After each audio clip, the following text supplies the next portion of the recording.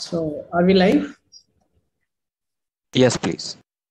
So, good morning, good afternoon, good evening to all the delegates from the entire Asian Oceanic region and the Asia Pacific area, and also from the rest of the parts of the world, to this one more exciting session of epilepsy surgery, case by case, step by step, which is being hosted by the AOAC of International League Against Epilepsy under the leadership of Professor John Dunn, Professor Akio Ikeda, and I welcome all of you on behalf of my convener, co-convener, Professor Kensuke Kawai. So we have finished 7 episodes of temporal lobe epilepsy, and we are starting on epilepsy of another exciting area of the brain, which is frontal lobe. And we thought, because frontal lobe is so complex with so many connections, we should have an introductory, more or less something like a overview of the frontal lobe epilepsy. And for that, we have a highly reputed set of faculty, Professor Imad Najam from Cleveland Clinic and Professor Dimitri again from Cleveland Clinic. And before I ask my co-convener, Professor Kawai, to take over, I have just got a couple of slides which I have to show for the sake of housekeeping. So let me just share.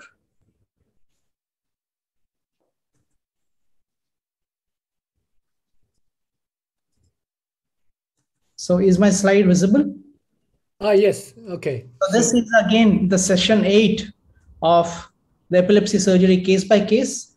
And the reason we took up this is because of the input given by several practicing physiologists as well as epilepsy surgeons, that they're not able to connect with large conferences being held, especially by the International League or AOEC, because they are short didactic lectures. So they wanted a platform where a case-based scenario could be discussed in detail with plenty of time. And then we could have the foundation laid by a case, followed by a brief lecture by some expert faculty. And that has been the pattern which we have been following. And needless to say, this webinar has become very popular with hundreds of people registering for the same. And following this, it would also be available on the website of International League Against Epilepsy. So before I hand over to my co-convener, Professor Kawai, I would like to thank IPCA for having provided us a unrestricted educational grant to conduct the entire series of webinars. So I will now request Professor Kawai to please carry on with introductions and moderate the webinar. Okay, thank you. And everybody, thank you very much for joining our webinar organized by ILAE Asia Oceania. And as usual, first we start with case presentation by Professor Manjari Toripachi, Professor of Neurology, All India Institute of Medical Sciences. So she will present a typical case, and I will discuss about that case. Okay, could you start your presentation, Manjari? Thank you, Professor Kawai, and thank you all for having this discussion today. I have my video off to save bandwidth. Here is a young boy. He's just turned 14, and he has been having episodes which disturb his co-sleep partners or family who is with him during night, and have recently led him to get, impaired in school performance, something which is very, very competitive in the Indian setup. So he started having these episodes at the age of 8 months. And really, he's been having these unabated for almost 13 years. And since they were happening in the night, the family, as often in India, sought all kind of alternate methods of therapy, complementary methods of therapy. Before, it was well after 3 or 4 years that they reached a neurologist who started him on medications, and he received the whole lot: phenytoin, phenobarbital, valproate, oxcarbamazepine, and he didn't seem to show any response except initially for the first few months of starting a new drug. There would be some decrease in the frequency, but then the reclaritant episodes would recur again. And on taking the history, there was a remarkable chronorhythmicity of these episodes, in that almost 90% of them happened in sleep. There used to be awake episodes, but they were far and few. And initially, when he started with these episodes, they were as high as 50 to 60 per night. And when he came to us, they were about reduced to 3 to 4 per night, with occasional, once or twice a month episodes in the wake state. The semiology described by the parents was initially, when he was very small, he would just have altered sensorium with clonic movements of one side, and on probing they said it was on the left side, and they do not recollect any postictal weakness or exhaustion. The episodes were occurring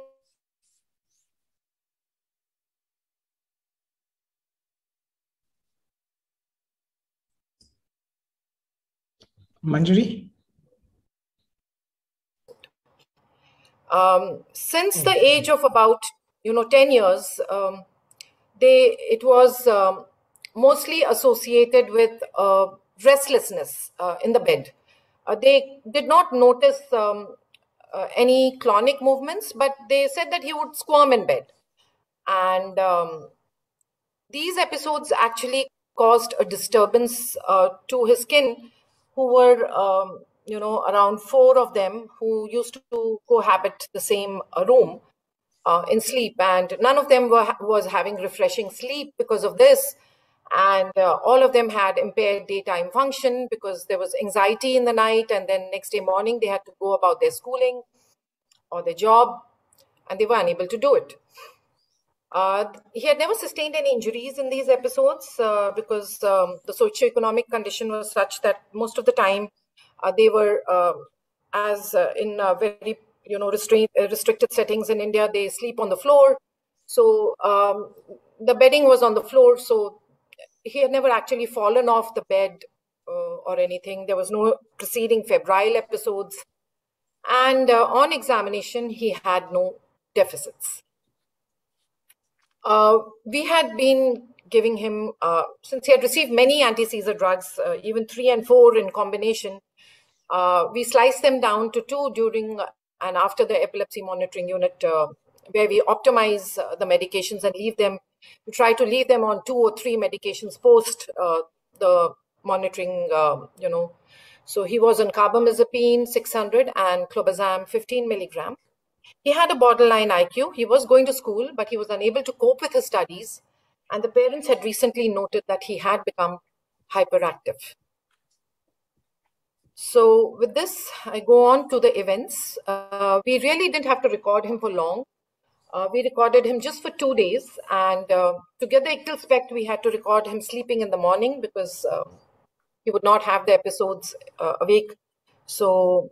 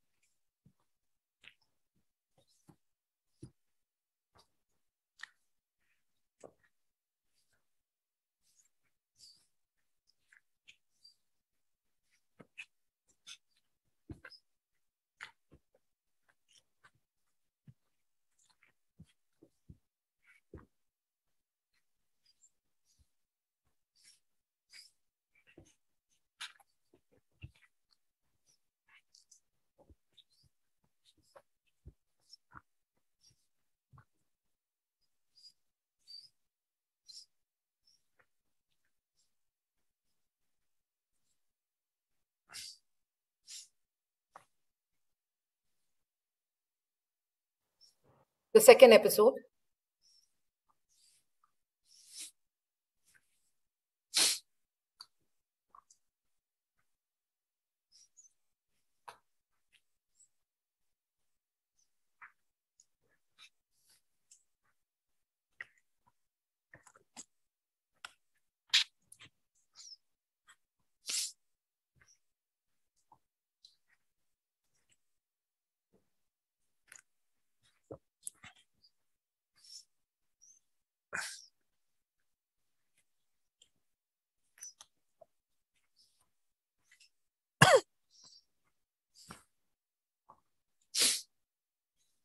This episode was in the wake state.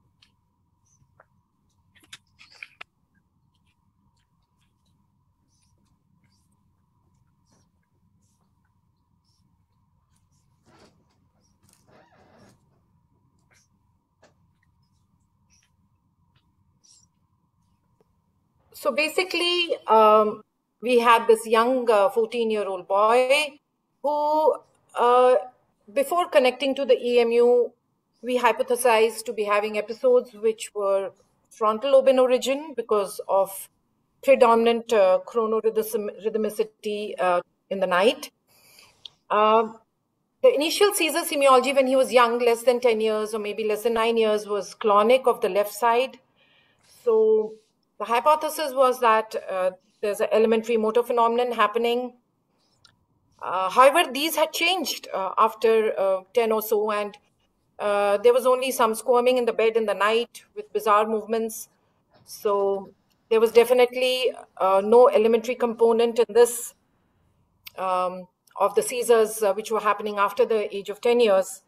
What seemed to me was history-wise that there were bizarre movements and they could not be lateralized. However, since we had the history of left clonic, we thought before connecting to EMU that these were coming from right frontal lobe.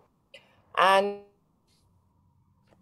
documented several events, and three of which I just demonstrated, in which the first event actually starts, the first and the second event were in sleep and the third in the wake state. The first event starts with a little abduction of his left lower limb. And then he has some movements around his hip, and he has some movements of the hands, which against the wall and the curtain, where he's kind of tapping the hands semi-rhythmically onto the wall.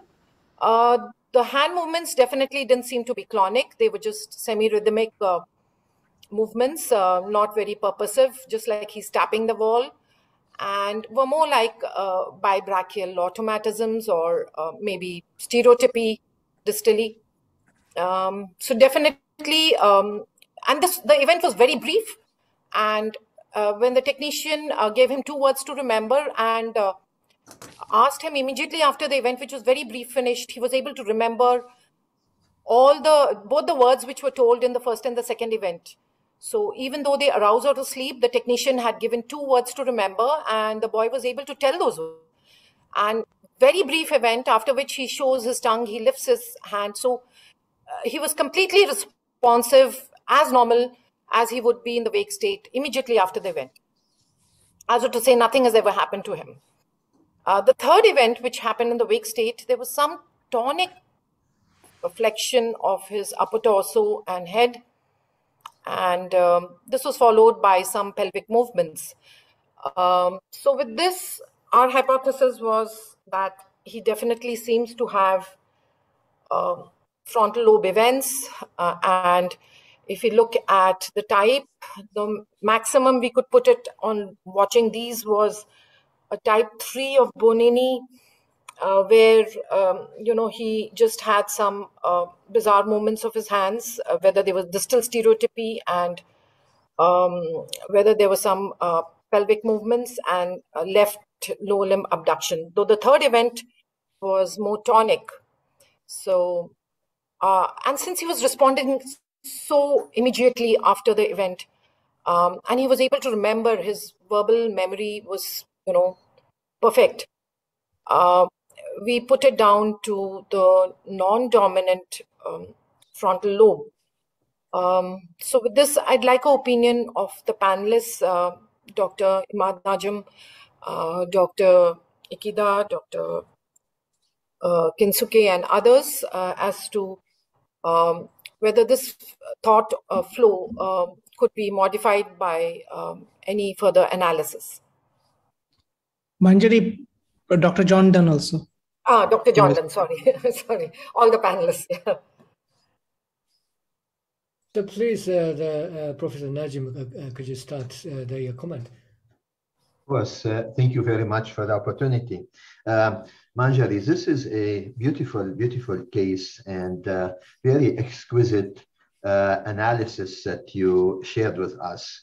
I don't know if I have much to say, but I would maybe make a couple small comments to highlight some of the nicely described sequences that you told us.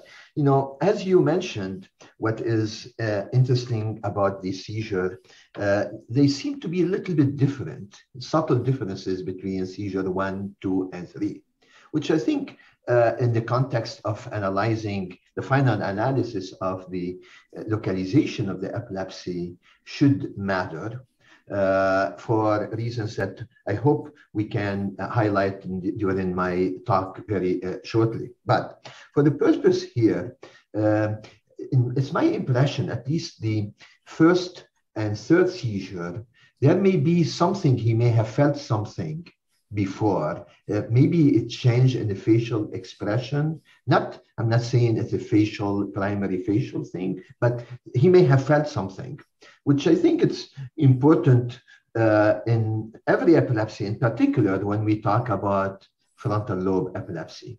And as you very nicely mentioned, what struck me is this axial component of the seizure quite early. In particular seizure 1 and seizure 3. And then this is followed by the more left than right tonic activity, even though he was during first seizure, as you see here, leaning on his right side. And then later on, that is, we may call it, is it complex motor, distance stereotypy, mixture of both. There is a pelvic component, there is a more distal extremity component, which is by itself quite interesting. So now if I wanna take the sequence of event and ascribe it to areas that may be activated or functional areas activated, of course, the aura or the feeling in the beginning, we don't know what it is. And we have to take it into account because we don't want to dismiss other areas that are outside the SMA, probably the mesial frontal area, that seem to be activated early on. Then very fast, you have either a primary activation of the primary motor area of the arms and legs, so the primary motor system activated. And most likely it is, in this situation, is spread because it does not start in this area. Start as focal motor. Then the later part of it, this complex motor thing, in particular distal stereotypy, I would have to implicate potentially the mid-cingulate, the motor mid-cingulate here as one of the areas involved. And then, of course, you're going to have involved the rest of the mesial prefrontal region, orbitofrontal at times with these seizures. The fact that, they're a little bit different one from another, again, it is telling me that it may not be the onset is not where the first clinical sign is. And I think this is critical, in particular, as we hopefully will discuss in cases that are MRI negative. Because we will have to open up our hypothesis, make them wide open in cases where MRI negative and the semiology is a little bit different, and there may be a silent period before them because we have to take this into account. Now, from a lateralization standpoint, obviously the description and I think at least one or two of these seizures here, they are in favor of the right side, in particular the fast recovery, but I always am nervous of committing myself based on only this, on the lateralization. I would like to see more. And if I don't, I would have to take into account there is a slight possibility coming from the other side. But this needs to be verified and validated based on additional studies.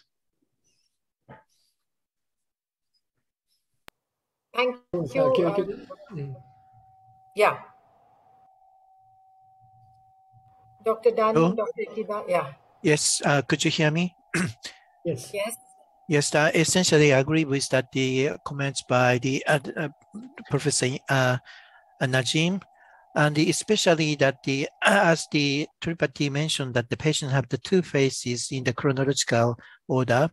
Initially, the patient seems to have that the much more on the left clonic hand and then the foot movement with the head version to the left, which presumably arising from somewhere in the right hemisphere. But much more striking things that is after 10 years of old, the patient's seizure type seems to be very different, because that start involving that the axial component, as the Dr. Najim mentioned, and also some abduction of the involvement of that the lower foots more presumably on the left side, and also patient may have some sort of hypermotor in flavor.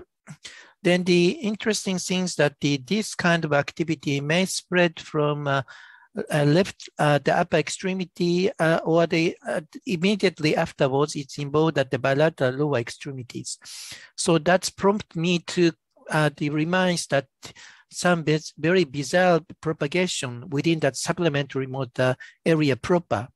So the latest seizure type after 10 years may involve that to some extent that the supplementary motor area proper, partly consistent with that the mild or the atypical of the hypermotor seizure.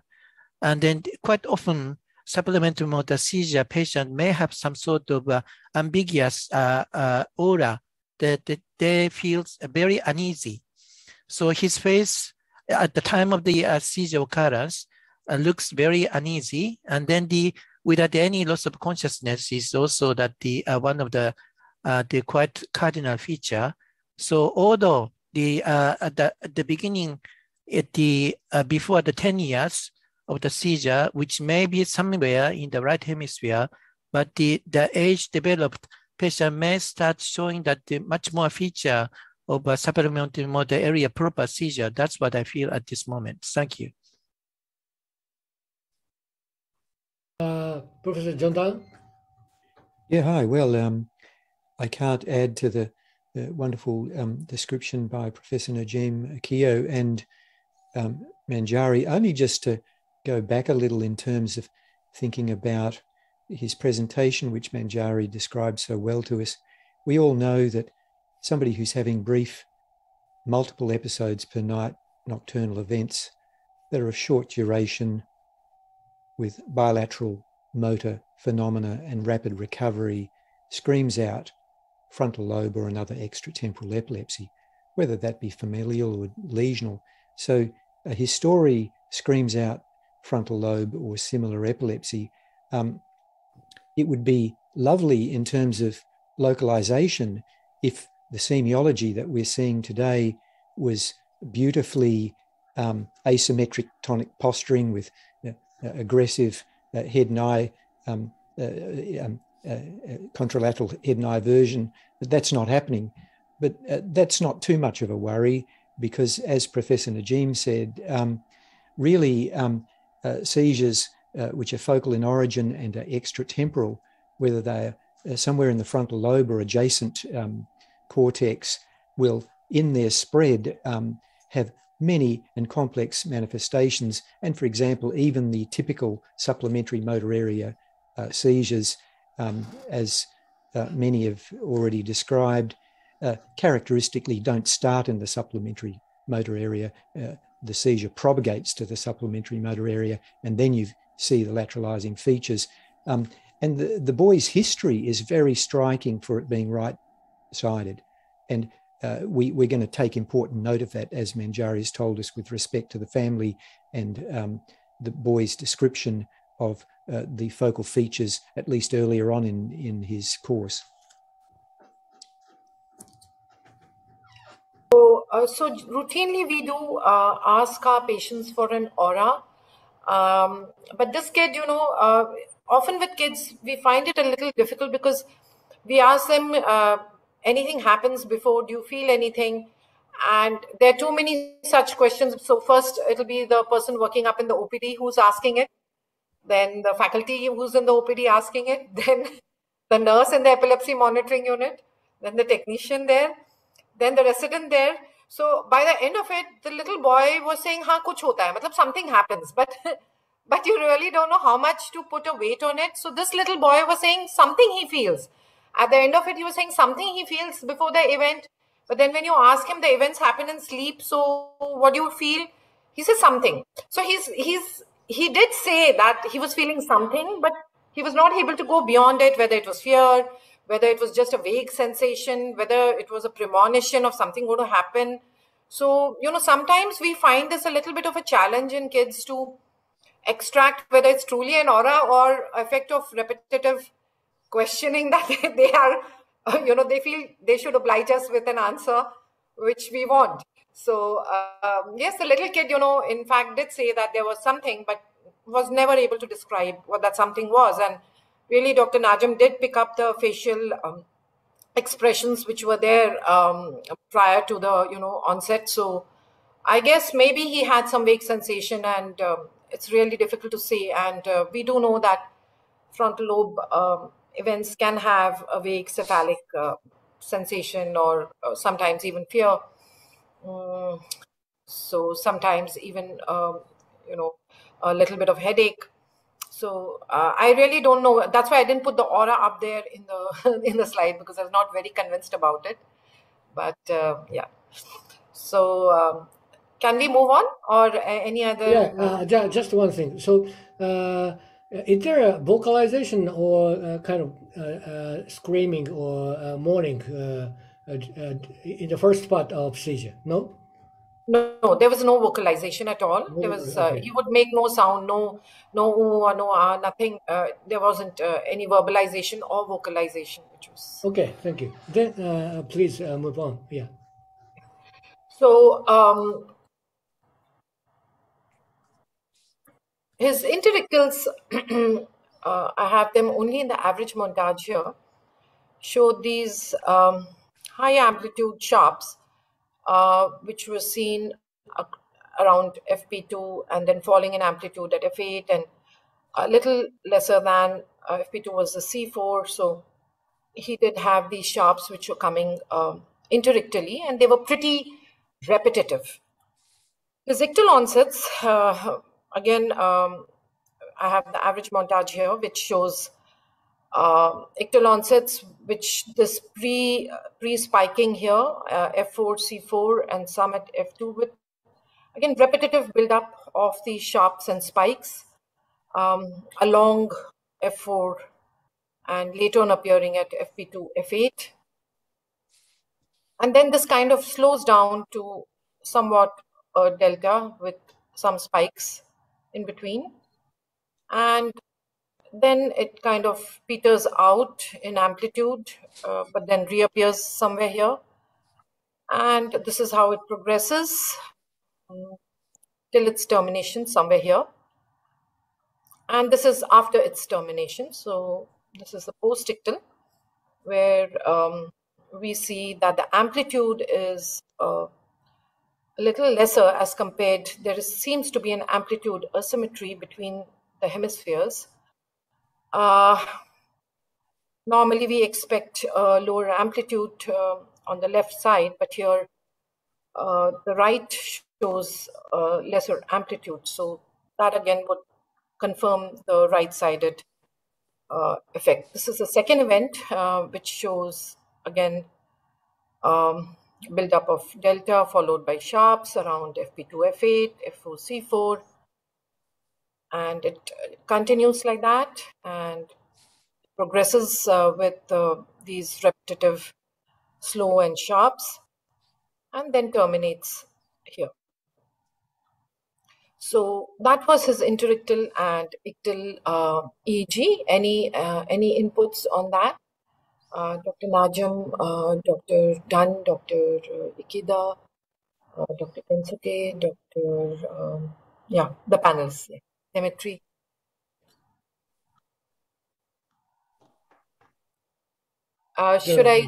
Should I carry on, or we have to any points to discuss on the interictal and ictal onsets? Certainly, notwithstanding the single montage, but that's okay.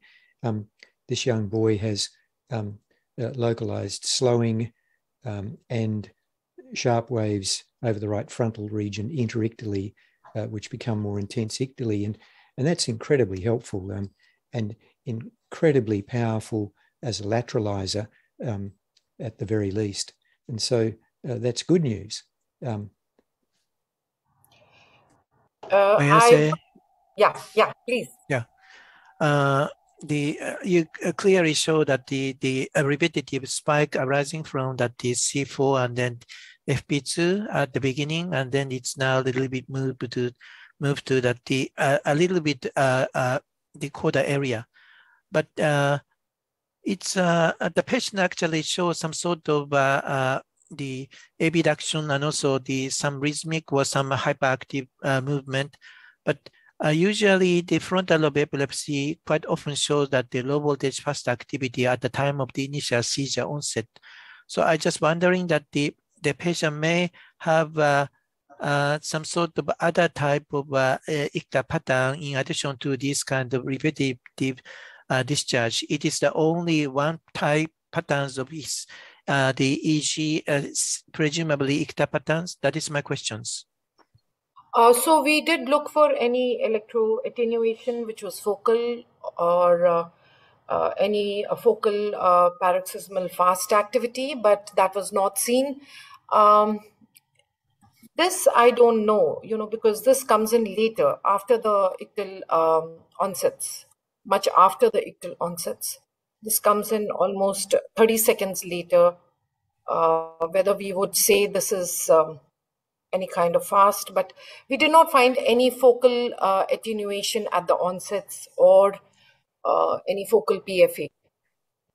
Yes, if it is so, yeah. Sorry, Manjari, we can rely on your skills in that regard, but I noticed just for this illustration, in addition to just the average montage, the high pass is 2 Hertz and the low pass is 35 Hertz. And so we're actually quite heavily filtering the low and high frequencies on these EEGs. Yeah. So, I wish I had put the open 275 Hertz or more. We usually record at 300 Hertz. So I would be able to show the 300 Hertz maybe in the next presentation. And I'll definitely put this up, in the next one. But it did not have any focal PFE or focal attenuation. So I'll bring it out in the case 8 and case 9 next month. I should have looked into the filters before taking the snapshots. Thank you. Thank you for pointing that out. Dr. Najam, can we proceed or? Well, I would agree with the discussion. I think the biggest message I got from this EEG, obviously, it is the right side of the brain, which is most likely here now. And there is a clear involvement too of the FZ, CZ, also electrodes, more dorsal. Now, is it frontal? Of course, it is most likely frontal, but again, unless I see something in the imaging, I would always keep my hypothesis open as could be coming from somewhere else as well to the frontal lobe. Everything looks EEG and semiology frontal to this point. So we went ahead with epilepsy protocol MRI with 1 millimeter sections, and he did come with an MRI which was reported normal, but when we subjected him to one at our center, we can clearly see that at the junction of the superior and the middle frontal gyrus prefrontally, we can see the hand knob here. So this is the motor cortex, and this is the premotor, and this is the prefrontal. So prefrontal to the premotor junction, this whole gyrus as compared to the one on the left shows a signal change along with loss of gray-white matter differentiation. And again, this is the motor cortex, this is the premotor, this is the prefrontal, this is the superior frontal and middle frontal. It's basically the middle frontal. This lesion was seen, and it left us in no doubt that this was responsible for his events. And we did try to see its extent. This is double inversion recovery, which shows the transmantle sign at one place. And we can see the lesion very well circumscribed. Okay, so any comments on the MRI? I just have these sequences, but this was pretty much what it was. Yes. As you mentioned, I think it has the imaging characteristics here are consistent with type 2B focal cord dysplasia. You see this nidus of significant signal increase, and you can see it in the cortical, but in addition to that, the subcortical area, it has the transmental change all the way to the ventricle. It is in the superior frontal sulcus. The big question in this particular lesion, how much back it is, how far back is it? Is it touching into the precentral sulcus and at least anatomically or not? I'm always nervous with FCDs, in particular type 2B, because the epileptogenicity, the bulk of epileptogenicity is not where the nidus of the imaging is. It is outside it. And now the first question will come is how far back is it? Is it the epileptogenicity in the posterior end of it, or it is more in the anterior part? One thing that one pertinent negative in this case from semiology standpoint that may be helpful is we did not see much in the eyes going on.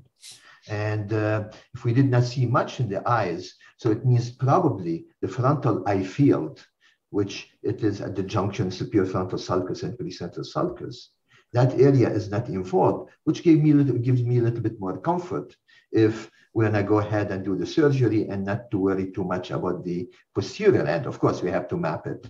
And but otherwise, these are excellent cases for direct surgical resection. We would not do any invasive evaluation in this case. I would not. Thank you, Dr. Ikeda, Dr. Jondan, Dr. Dimitri. I was just going to thank you very much. Just a few comments. If you don't mind to take us back to the axial view. Dr. Najm described it very nicely. And I was looking at that posterior spread of some of that lesion. You can follow it into the deep white matter as well. Yes, where your arrow cursor is. And this is where some of these lesions can infiltrate into the surrounding networks as well. In this case, this is a more obvious lesion, but these lesions can be very subtle in many instances, sometimes just localized at the depth of the sulcus as well. And so I like to tell our trainees also to keep an eye at the junction between the gray-white interface itself. And in this case, there's a prominent signal, but sometimes it's simply the loss or blurring of that margin, which hints that there might be a lesion there. So this is a very nice example, though, of what I suspect to be a cortical dysplasia, as Dr. Najm said, too. Any other? Thank you, Dr. Dimitri. And yes, I recollect that this patient was extensively discussed with the neuroradiologist, and there was definitely no impingement on the motor cortex. And the premotor as we can see in this. Of course, I don't have all the sections here because of time, but there was a slight impingement on the premotor sulcus. So there was, impingement there. So may I say? Yeah. That's a very beautiful the association between the anatomy and also the semiology. Initially, the right premotor lesion can shows that the right-sided clonic seizure, and then after the age of 10, it's presumably quickly spread to the major frontal area, and then it starts showing some sort of frontal the SMA-like seizure of the hypermotor, as well as some the abduction tonic seizures. So this kind of the ictal propagation pattern can explain that quite well, that why that the patient seizure has changed, whereas that the robust involvement of lateral convexity was limited, but for some reason that the propagation can move inward to that major frontal. That's what I feel. Yeah, thank you very much. Can we proceed?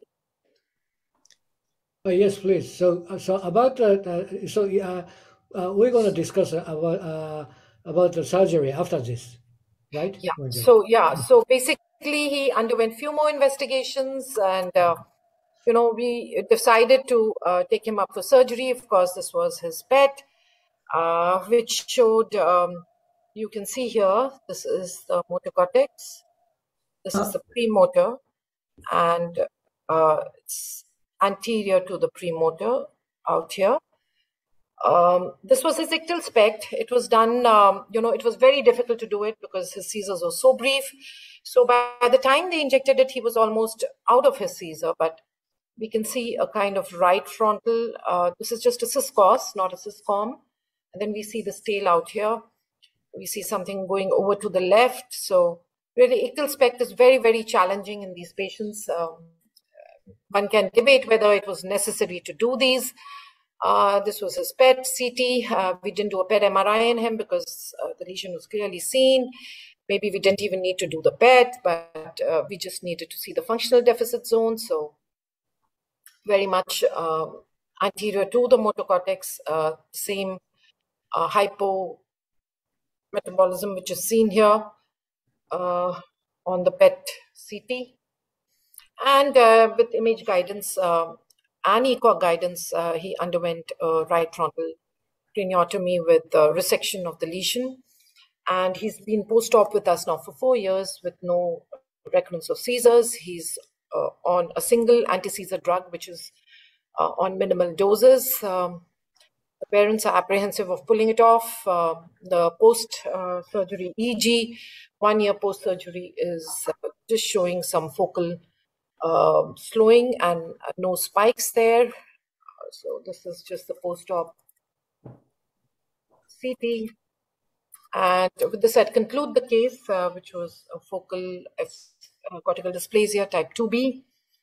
And we look forward to the discussions and the challenges of frontal lobe anatomy, clinical semiology by Dr. Najim. So can I ask a question here? Yes. Professor Kawai. So now we have people watching this webinar from various parts of the world, like Egypt, Malaysia, Indonesia, where they do not have access to all this high-end investigations. We, of course, do it because we have an access to it. So I want a clear-cut answer from the panel that given a case like this, where the semiology very nicely fits into the MRI, would you be okay in your center not to do any more investigation and go directly with surgery following a good quality video EEG and an MRI? Or would you still prefer to go ahead with some more investigations? And then precisely this is the question that most of the people ask. So when they attend the conferences, when they attend the didactic lectures from really big people, and when they show the stereoencephalography, they show all the advanced investigations, they do get confused. So they want to know where exactly is the division. What can I do in my setup without actually going in for more advanced investigations? So maybe Professor Najim can start, followed by Professor Dimitri, and then others. I'll be happy to. This is very pertinent question. You know, over the last 20 plus years, we learned quite a bit about the pathology of FCD type 2B. And what we know about it, it is extremely focal. And we see it on the MRI, very, very stereotypical type of interictal patterns. And these spike in these repetitive sharp waves that we've seen. This is, we know if we see it on the scalp, we're going to see it intraoperatively. And the big question about these dysplasia is the proximity to an eloquent area or a functional area of the brain.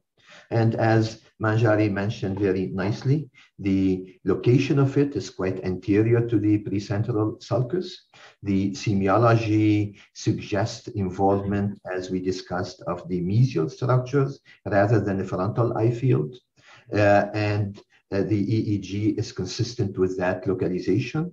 So these are the cases where I would argue that you need just the MRI, a video EEG or an EEG with good analysis semiology, put it in context, take it to the operating room, do it under ECOG if possible. And if it is closer to the precentral sulcus, maybe do SEPs for central sulcus localization. If not, just a resection. I'm not a surgeon, but one thing here we know about this dysplasia, do not do a simple lesionectomy. Just extend it outside the nidus. And here you can guide yourself with electrocorticography. But we don't need anything fancy here. And these are the cases should be done anywhere in the world, in any center, if they do have video EEG, MRI, and a surgeon comfortable doing it. Yes, I would. I think that's a great answer that Professor Najim gave us there. Thinking about the forum and the goal of these sessions, the point is that we're in a world where you will hear about lots of fancy technologies and emerging techniques, but it comes down to the basics, and the basics are very fundamental. And we have here an expert leading panel of epileptologists who are paying attention to the semiology of the observations of the patient, putting this all together, showing cohesiveness in a team of neurology and neurosurgeons to work together. And if you have those basic elements, a case like this should be able to perform with a surgeon who's comfortable to do it. I like the idea of using ECOG if you have it available, but you don't necessarily have to if you don't. But I agree with just going a little bit beyond the margins of the lesion itself. And those surgeons who have felt dysplasia, you can tell the tissue is a little bit stiffer, a little bit rubbery, depending on which suction you like to use. And I'll talk about that a bit later, but it can make a difference in terms of achieving a very good outcome. Is it okay? So yeah, basically I agree with Professor Najim and Dimitri. And about the surgical point of view, I will do the intraoperative MEP monitoring. In the case you detect the epileptic discharge a little bit beyond and near the motor cortex. And I also wonder if what would be the answer if the side is not right but left, because that's we have to worry about, for example, Aslant fiber for speech. So in that case, the story will be a little bit complex. So that's a very good question. That's a very relevant question, especially understanding the challenges of doing functional imaging in such a young child with mental retardation. So what would you do, Professor Dimitri, Professor Najim, if you have a small child of this age with the lesion on the left side? I would take it out. Yes. I would take it out. I would not be concerned at all about it. in particular in this location. I completely understand Professor Kawai's about the Aslan pathway, but I think we don't have any data to tell us that it does affect speech if you take it out.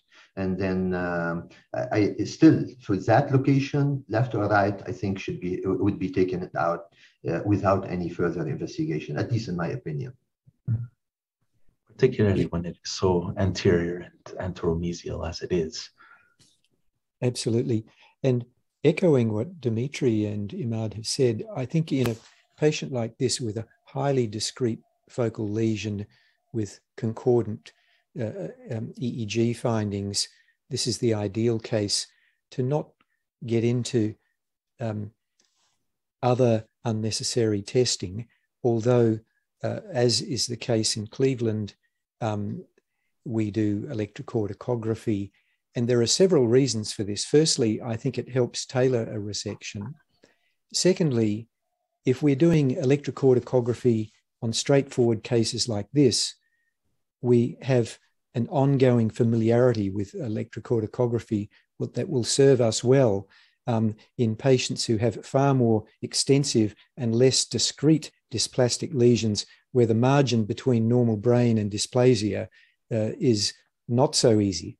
I also love and looking forward to Dimitri's comments about the tactile element, because the first epilepsy surgeon that I work with has had these hands where he could feel a difference between this plastic tissue, and having that teamwork is wonderful. And the imaging person, of course, having the skills to allow the extent of the dysplasia to be outlined. Now, with respect to this young boy, he had an ictal SPECT, he had a PET scan, and as Manjari mentioned, were they absolutely necessary? No. However, if you have a unit which is a vibrant unit, in order to have the skill sets to do ictal SPECT and to work together co-registering PET, etc., there are team skills approaches that may, if you like, be a good enough justification for sometimes to be doing tests that are unnecessary, but build our experience and confidence in the team. May I say brief comments? Sure. Yeah, I totally agree that the one more added comment is that since this is the right-sided prefrontal the premotor, so although the EEG, the resolution is that the relatively low as opposed to the MEG. So fortunately, you did that MEG, and also we would do that MEG to make sure that the posterior extent is not to the primary motor cortices. That's only what I concern without any invasive study at this moment. Yes. So thank you. Thank you for that comment. Yes, I do have. So we use neuronavigation very, very extensively, and we find it very useful. And so we do electrocorticography. We not just pre-operatively, but post-operatively, we even use electrocorticography to tailor the resection. And often we find that in 2B, it's worthwhile to chase the spikes. May not be for one or may not be for other, but 2B, most often we find that chasing the spikes to some extent does have its advantages. And the reason we have to do all the other investigations is more from the research point of view, because we are supported by a heavy research program. But I'm happy that the faculty could clearly come up with a consensus that all these investigations are not required. Thank you, and thank you. Mm-hmm.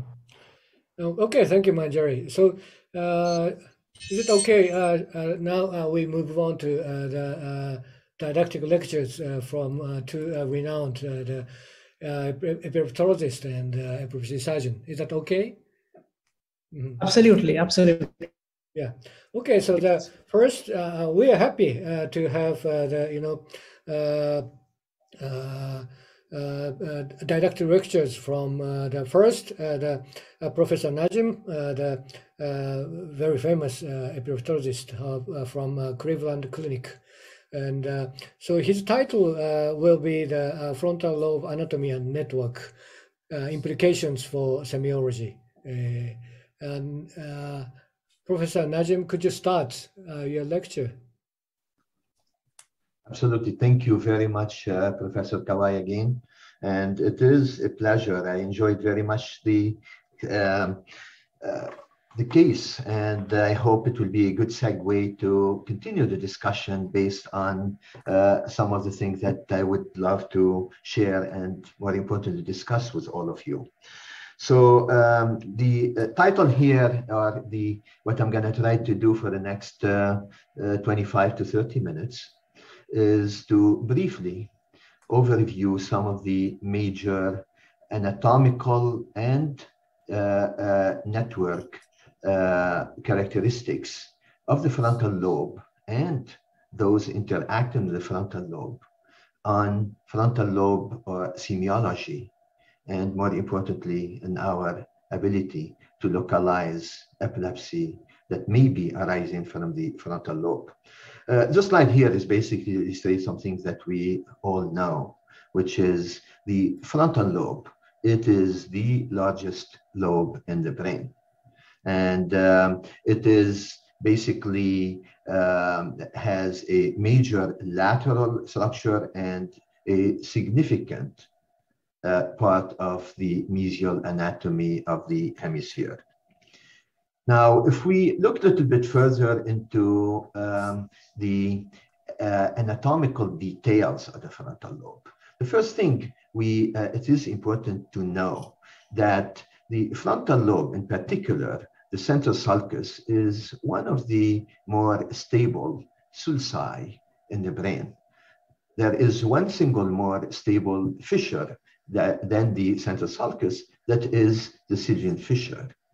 And the Sylvian fissure and the central sulcus, on their own, they define most of the anatomy of the frontal lobe, certainly the anatomy of the lateral convexity of the frontal lobe. Now, there are many anatomical details. I think the most important one of which that in particular we need to learn beside the precentral gyrus is the pars triangularis in the inferior frontal gyrus and the pars opercularis. These are the two main structures, in particular the junction between the two, where the Broca's area, at least the way defined by electrical stimulation, resides. Now, the anatomy of the lateral convexity, in addition to the precentral gyrus, it is this three gyral anatomy: superior frontal gyrus, middle frontal gyrus, and, as I mentioned, the inferior frontal gyrus. Now, this is more or less understood and easy to see on MRI, although there are always some variations in the internal anatomy of each one of them, that some of these accessory sulci that vary from one patient to another. Now, the more difficult part of the and lesser known part of the frontal lobe is the orbitofrontal region. There are some attempts made in the past to define it further. We know we are dealing with the gyrus rectus. We have an olfactory groove here, and then the rest of it is just divided by either an X or even like an H, where you have the four orbitofrontal gyri, the most important one of which is continuation of the inferior frontal gyrus, which is the lateral orbitofrontal gyrus. Now, the mesial structures here, the mesial structure, as we mentioned earlier, we are dealing with the paracentral lobule, the SMA region, and then we have a structure that is basically spanning from the anterior ventral part of the mesial frontal lobe all the way going to the occipito-temporal area, which is the cingulate gyrus. And it has a long extent in the singular gyrus that is subjacent to the mesial structures of the frontal lobe. We have the anterior cingulate and mid-cingulate in particular of interest in looking and trying to interpret semiology that may be arising from these areas. Another thing that is important here in this slide that I would like to mention is the Brodmann areas distribution in frontal lobe. But one thing here that is interesting, you see here, this is the precentral gyrus. And the precentral gyrus has two Brodmann areas, area 4 and area 6, and a very tiny area, which is subcentral gyrus here, area 43. But area 6, it does span across the precentral sulcus, going into the middle frontal gyrus and going dorsally and medially to the SMA region. This is interesting because here you're taking not only the primary motor cortex, you're taking the frontal eye field, and of course you're taking the supplementary motor area in this architectonic organization or similar architectonic organization. So now if we go here and try to simplistically ascribe functions, and by no mean this is comprehensive, it's just for the sake of illustration, some functions to some of these areas. And what we find out that, of course, we know quite a bit about the primary motor area and the motor homunculus and the function here, what would happen if we either stimulate or we lose this area. But there are additional functions, that is frontal eye field, that it is in the corner between superior frontal sulcus and precentral sulcus. There is a less defined area that we may call it a negative motor area. And this is basically due to, or at least characterized in direct electrical stimulation using subdural grids. And then we do have, of course, we'll go to the mesial structures. Then we have Broca's area. So Broca's area, at least from the stimulation studies and thing, it is much more focal than it is shown here. And again, it is in the junction between pars triangularis and pars opercularis. Now, there is a huge island here that we don't have good description of the function here. And I'm sure they have some functions. It is like, you know, the parietal associated cortex. There are some functional areas that we could not elicit based on electrical stimulation. And this is very important because when we talk about frontal lobe epilepsy, we should not assume that if we have any semiological sign that the epilepsy is coming from that small area. As a matter of fact, it could be coming anywhere from the rest of the frontal lobe or the rest of the brain, as I will try to make a case shortly. Now, from a mesial standpoint, as I mentioned, you know, we do have the primary component here. We have the asymmetric tonic, as illustrated very nicely in the case that Professor Tripathi just shared with us and discussed. And we have these automotor stereotypical activities that are characteristic of cingulate involvement, with the mid-cingulate showing more distal stereotypies and the anterior cingulate showing more proximal stereotypical movements that contribute to, at times, in addition, in particular, when the orbitofrontal and mesial prefrontal region is involved into this complex motor semiology that we see. And certainly it is a much more complex than that could be restricted to one single part of the frontal lobe. Okay. Now, I'm gonna just shift a little bit to talk a little bit about what is under that cortex. And always when I realized myself when I was doing my training and continue to do it, when I see something, I assume I'm the first one to see it. Actually, we're not this is not recent, the knowledge about the subcortical connectivity within the brain. And this is these are drawings from Desjardins, a French anatomist from 1895. And for the sake of illustration, showing from the lateral aspect, excuse me, of the hemisphere, you can see like almost a circle of connectivity between the frontal lobe, parietal lobe, the temporal lobe, and by extension, they are very muchly connected to the occipital lobe.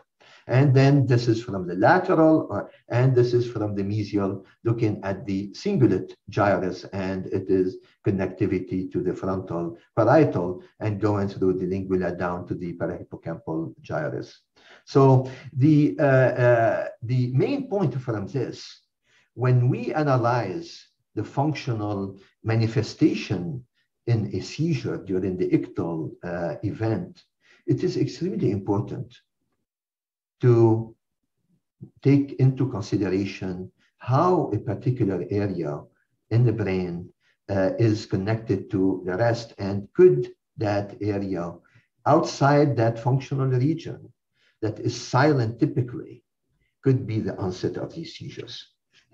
So this is the functional anatomy. The question here always, let's talk about what we may call spread or propagation of activity.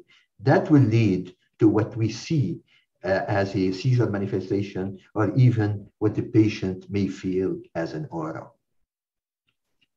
So let's start here with some of these connections. And here, by no means I'm going to be comprehensively covering everything, but I'm going to highlight some of these pathways for the sake of illustrating some of the points that I think are pertinent for all of us in the epilepsy field to be mindful of in the process of evaluating patients for epilepsy surgery. Professor Kawai mentioned earlier the Aslant pathway, or the Aslant tract. And the Aslant tract, it is one of the more important intralobar frontal tract that we really need to pay attention to in analyzing the seizure semiology. The Aslant tract connects the inferior frontal gyrus, in particular the pars opercularis and pars triangularis, and some part of the ventral precentral gyrus, which is here ventrally inferiorly, going all the way up to the superior frontal gyrus and to the supplementary motor area and the pre-supplementary motor area. So this is a direct path going from inferior frontal gyrus, superior frontal gyrus, SMA. Extremely important in analyzing a seizure and seizure semiology. Then second, here we have the small, almost like U-fiber-like connecting through under the inferior frontal sulcus and superior frontal sulcus, the inferior to middle frontal gyrus and middle frontal to superior frontal gyrus, respectively. And that will ensure a very significant connectivity between these lobes. And subsequent to that, it may give us a lot of difficulties in localizing a particular epileptogenic zone without taking into consideration the fact that it could be much more, much far away from the anatomical hypothesis that we are taking into account. So that is the Aslant tract or Aslant pathway. Now, if we go a little bit more posterior, we're going to go more posterior to the precentral and postcentral gyrus. In some quarters, the precentral postcentral is basically combined together under a single concept, what we may call the central lobe. And this has a good basis, in particular when you look at the connectivity between the postcentral and precentral. You see here, it's like a tulip. You can see here, these are exquisite, in my opinion, writings by Catani et al. From London. And then what basically it shows here, the postcentral gyrus precentral gyrus, precentral gyrus, postcentral gyrus, precentral gyrus, precentral. And this will be the pyramidal tract going down, as you can see, all the way to through the spinal cord, but some deviation to the putamen, thalamus, and some pontine fibers. Now, the important part of it is the fact that postcentral and precentrals are very interconnected. And that's why when we want to analyze a seizure that potentially involves the primary motor, we should always take into consideration the possibility of a postcentral gyrus involvement, even if there is no somatosensory aura in play, because it could be shadowed or overshadowed by the motor component. Second thing that is very important is to highlight the connectivity of the central lobe to the superior frontal gyrus and to the middle frontal gyrus. So, as we discussed in the case that Professor Tripathi showed, this interaction and the possibility of spread from superior frontal gyrus to the precentral area should be taken into account in analyzing semiology that could be related to primary motor involvement. Now, here, this is a busy slide, but what I'm trying to highlight is simply the fact that anatomy by itself may not give us only the final answer about what may be going on.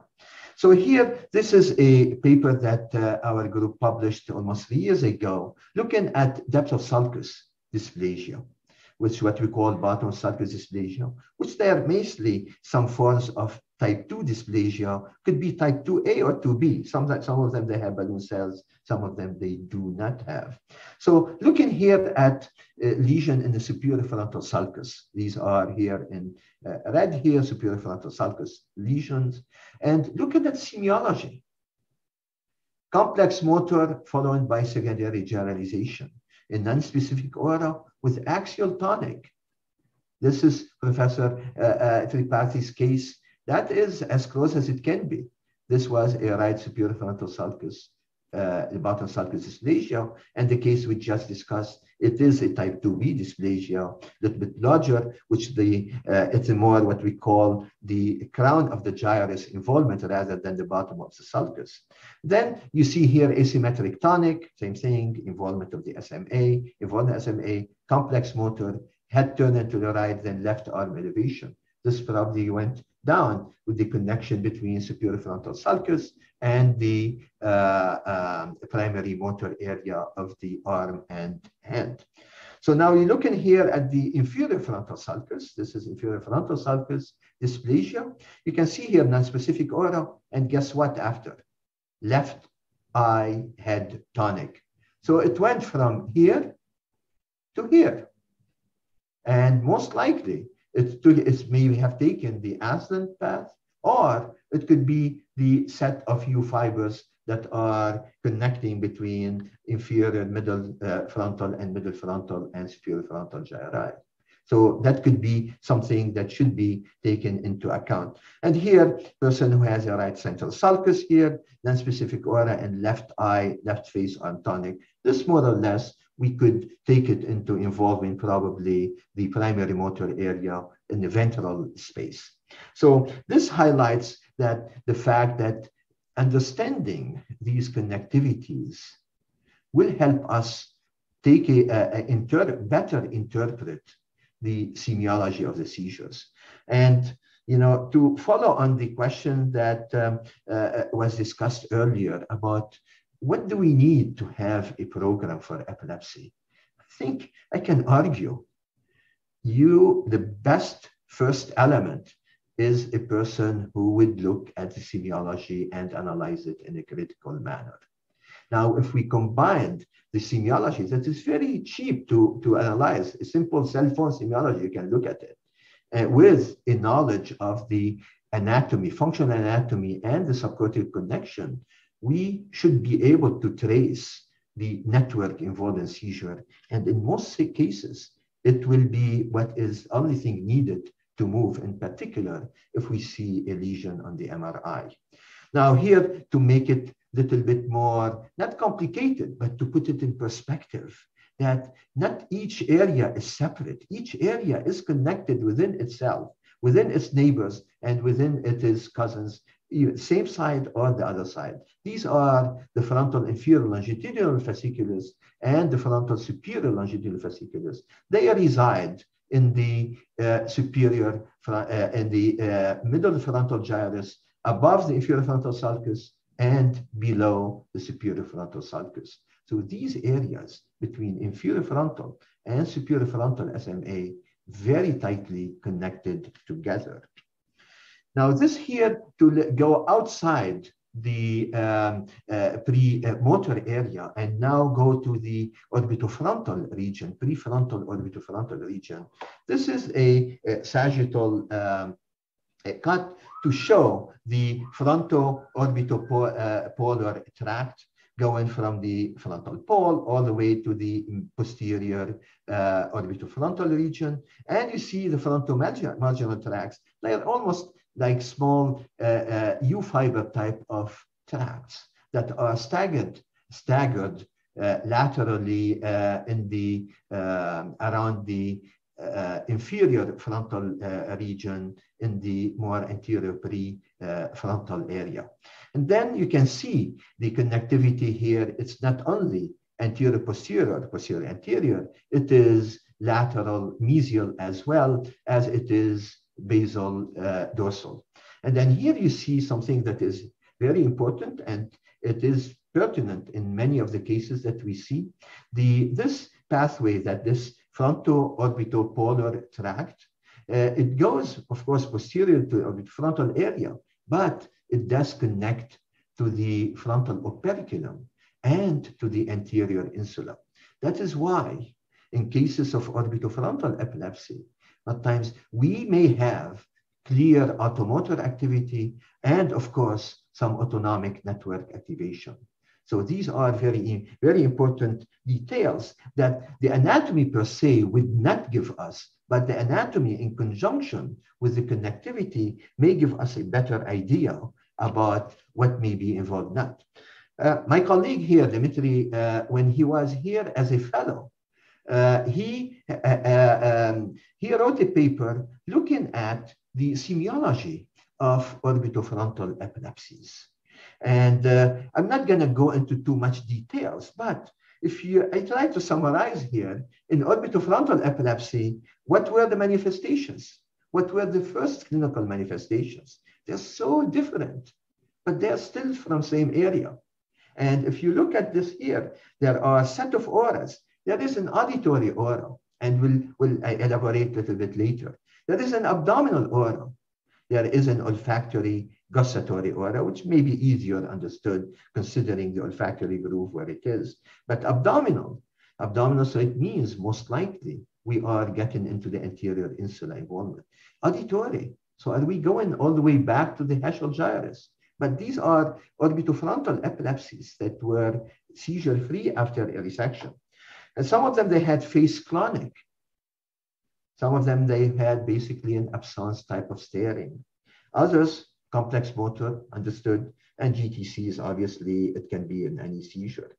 The point I'm trying to make here, that even though the epilepsy is coming from an area like this here, the semiology is pointing to areas that are very distant. And I hope now by simply looking at this, say, well, I now understand the abdominal aura. I understand, obviously, the olfactory gustatory. What about auditory? And this is where the next case we're going to talk about in 1 second. Then now here you look a little bit more at the insula. The insula actually and the opercular areas, they are tightly connected.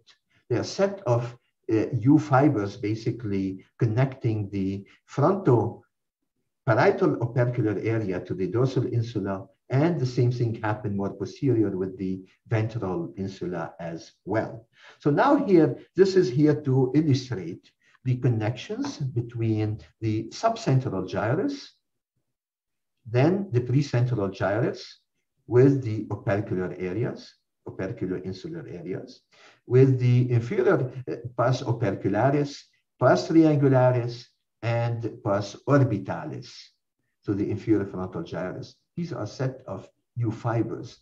And this illustrates one thing, and this is something always we see it often, is an orbitofrontal epilepsy manifesting itself as an anterior insula or frontal opercular epilepsy, more a facial involvement and more autonomic features in the seizure. Now, this is a case of auditory aura in a frontal opercular epilepsy. And this is a case that was reported by our colleagues here, and Andreas Alexopoulos, who is a master semiologist in our group here. He basically, what they looked here, this is during one of these seizures where the patient complained on auditory aura, an earlier involvement of the Q electrode. And then when started complaining of the aura, there was an involvement of U electrode, which is Heschel gyrus. So the point from this, when I say frontal opercular epilepsy with auditory aura, it is we think it's a mislocalization here. It is actually, but the manifestation of the aura as a first symptom was due to a spread to the posterior area, as evidenced here, a resection of the anterior insula that did not touch the posterior insula or the temporal operculum area, the Heschel gyrus, led to seizure freedom in this patient. So this is another illustration that in cases, for example, of a frontal lobe epilepsy, this is frontal lobe. The semiology is pointing to a perisylvian, posterior perisylvian epilepsy. Then here, if we want to go back and take a look at the hand area, you can see here just these U fibers going posterior to anterior, connecting the sensory and motor component of the hand area together. Now, this is here more complicated. I'm going to make one single point. Just let's focus on the central area, on the area at the center of that of this slide. This is the postcentral sulcus. This is the supramarginal gyrus. This is the angular gyrus, angular, supramarginal, postcentral sulcus. And then looking here at the connectivity, this is subcortical. Connectivity between supramarginal gyrus and postcentral gyrus, face, and going postcentral gyrus, the hand and arm. Angular gyrus, direct connection going all the way to the hand, mainly the arm area. So the point here, if we do have a somatosensory component of the seizure, the hypothesis, of course, primary hypothesis, is got to be the primary sensory area, but should not dismiss something coming from more parietal. Now, you're asking me to talk about frontal lobe, but I'm talking about frontal lobe. The postcentral gyrus, to me, it is like almost part of the frontal lobe because of it is how intimate it is, its association with the precentral gyrus. So now let's think about it this way here. This area, we have something started here, angular gyrus, going to postcentral gyrus, and then postcentral gyrus is connected to precentral. We may get into a situation where it's a primary motor manifestation. And we've seen cases like this, and where the epilepsy is masquerading as somatosensory or primary motor, and it's coming from the inferior parietal lobule, in some situation into the dorsal superior parietal lobule. Additionally, here we have connection of the frontal lobe with all the way back to the occipital lobe. We have the very long fasciculus, the occipito-temporo-orbitofrontal fasciculus, that basically bridging the connection between the temporal lobe and the orbitofrontal area through the uncinate fasciculus. And we know here, when it gets here, the connectivity within the orbitofrontal region, how it is there. Now, if I want to think about the frontal lobe again, I want to look at how well connected so many networks connect to the frontal lobe. This is here a drawing, very nice drawing from Margulis and collaborators from 2009, what basically shows the precuneus. The precuneus is not frontal lobe, obviously, it is part of the parietal, mesial parietal area. And the precuneus, it is a big association cortex, where you see there are 5 or 4 areas. There is the anterior one, which we call it sensory motor. There is the dorsal one, cognitive one, a visual part, and probably better known in our setting, the limbic component that interacts very closely with the posterior cingulate region, going down into the parahippocampal gyrus and the hippocampus per se. So now, if we look the other components, you can see here the sensory motor component goes all the way to the insula, but it is connected to the paracentral lobule mesially and the SMA. So an SMA semiology should not be misconstrued as always coming from SMA. There are other possibilities too to be taken into account. Same thing here, if I'm going to take the cognitive part of the precuneus, we have direct connection to the prefrontal region. So one association area to another association area. And again, if we see a prefrontal or a frontal semiology, this should be taken into account. And I'm not discussing too much the limbic, but even the limbic one is taking us to the cingulate and paracingulate region in the prefrontal lobe. So these connectivities matter quite a bit, in particular, when we have a frontal semiology, but negative MRI. And that is where I think most of these points, they come to play. Now, if we're going to look at the connections between the temporal, parietal, and frontal lobe, these are beautiful drawings to illustrate the complex connectivity, but at the same time, how important it is for us to understand it. We can look at it from a schematic standpoint, cartoonish standpoint. You have the inferior longitudinal fasciculus, which is basically the occipito-temporal going orbitofrontal, so the uncinate fasciculus. We have the mid-longitudinal fasciculus connecting temporal with parietal, but we do have the superior longitudinal fasciculus with its 3 main fasciculi and they going into the frontal lobe. We have SLF, superior longitudinal fasciculus 1, 2, and then we have SLF 3. And in between here, there is the arcuate fasciculus that we know quite a bit, connecting Wernicke's with Broca's.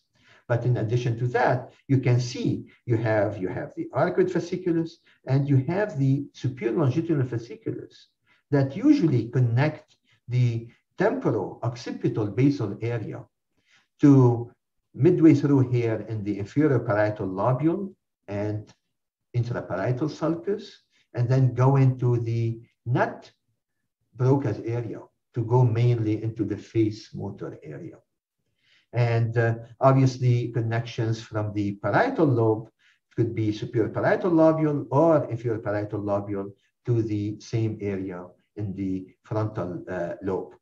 Now the SLF1, this would be part of the parietofrontal network connecting intraparietal sulcus to mainly the frontal eye field in the corner between superior frontal sulcus and precentral sulcus. Now this is here to illustrate that if we're going to put it in a more cartoonish way, the various areas connecting to the frontal lobe.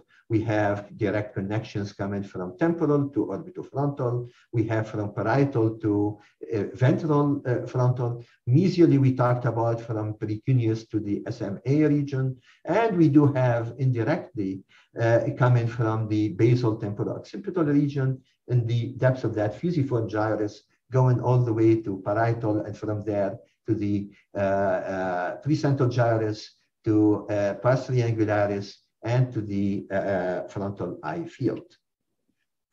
This here to show a couple things only, which is to show the anterior temporal lobe.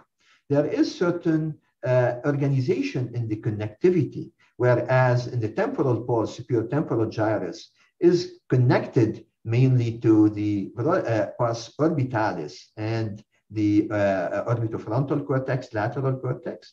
We have the lateral anterior temporal and medial structures connecting to the orbitofrontal cortices and to the pars orbitalis. So these areas are very tightly connected, going from the temporal pole to these areas here, Brodmann area 47 and the lateral medial and mesial orbitofrontal cortex.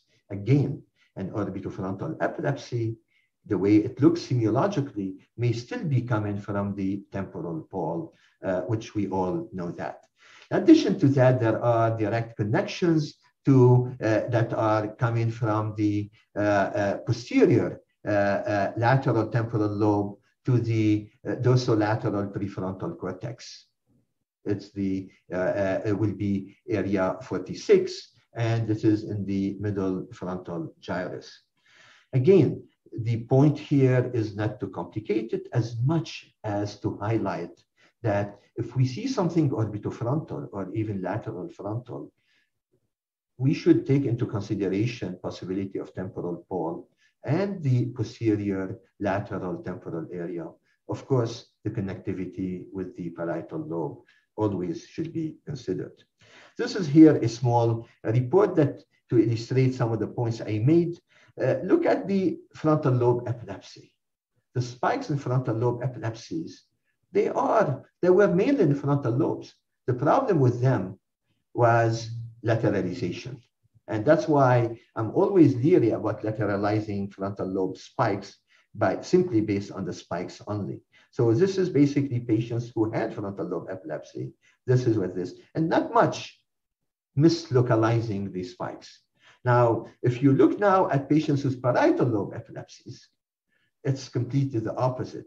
They're all over, but a significant number of them, they do have spikes and seizures, EEG seizure patterns that are that could be mapped to the frontal lobes.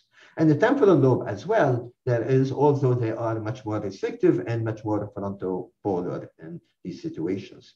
The point here, this connectivity that we talked about posteriorly has some consequences on the expression of the epilepsy and may, in some situation, may mislead us into falsely localizing epilepsy to the frontal lobe, whereas that epilepsy, it's either temporal, but more difficult even, it's parietal, because parietal, as we know, it is a big association area.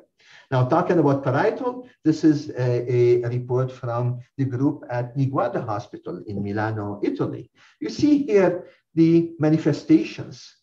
87.5% of these patients, they have motor contralateral component of their seizures. And these are parietal lobe epilepsies. So this highlights the importance of thinking about the connectivity. Eye and head deviation, more than half of them. Contralateral, ipsilateral. This is the involvement of the parieto-frontal network between intraparietal sulcus and superior frontal sulcus. This is an illustration of a patient actually to just show you the complexity that sometimes we have to deal with. This is the same patient, different seizures. In this seizure here, he had right face tonic, followed by eyes and head turning to the left side. In these seizures here, the eyes and head turned to the left first. In these seizures here, the face, right face tonic, and both eyes and head turned to the left.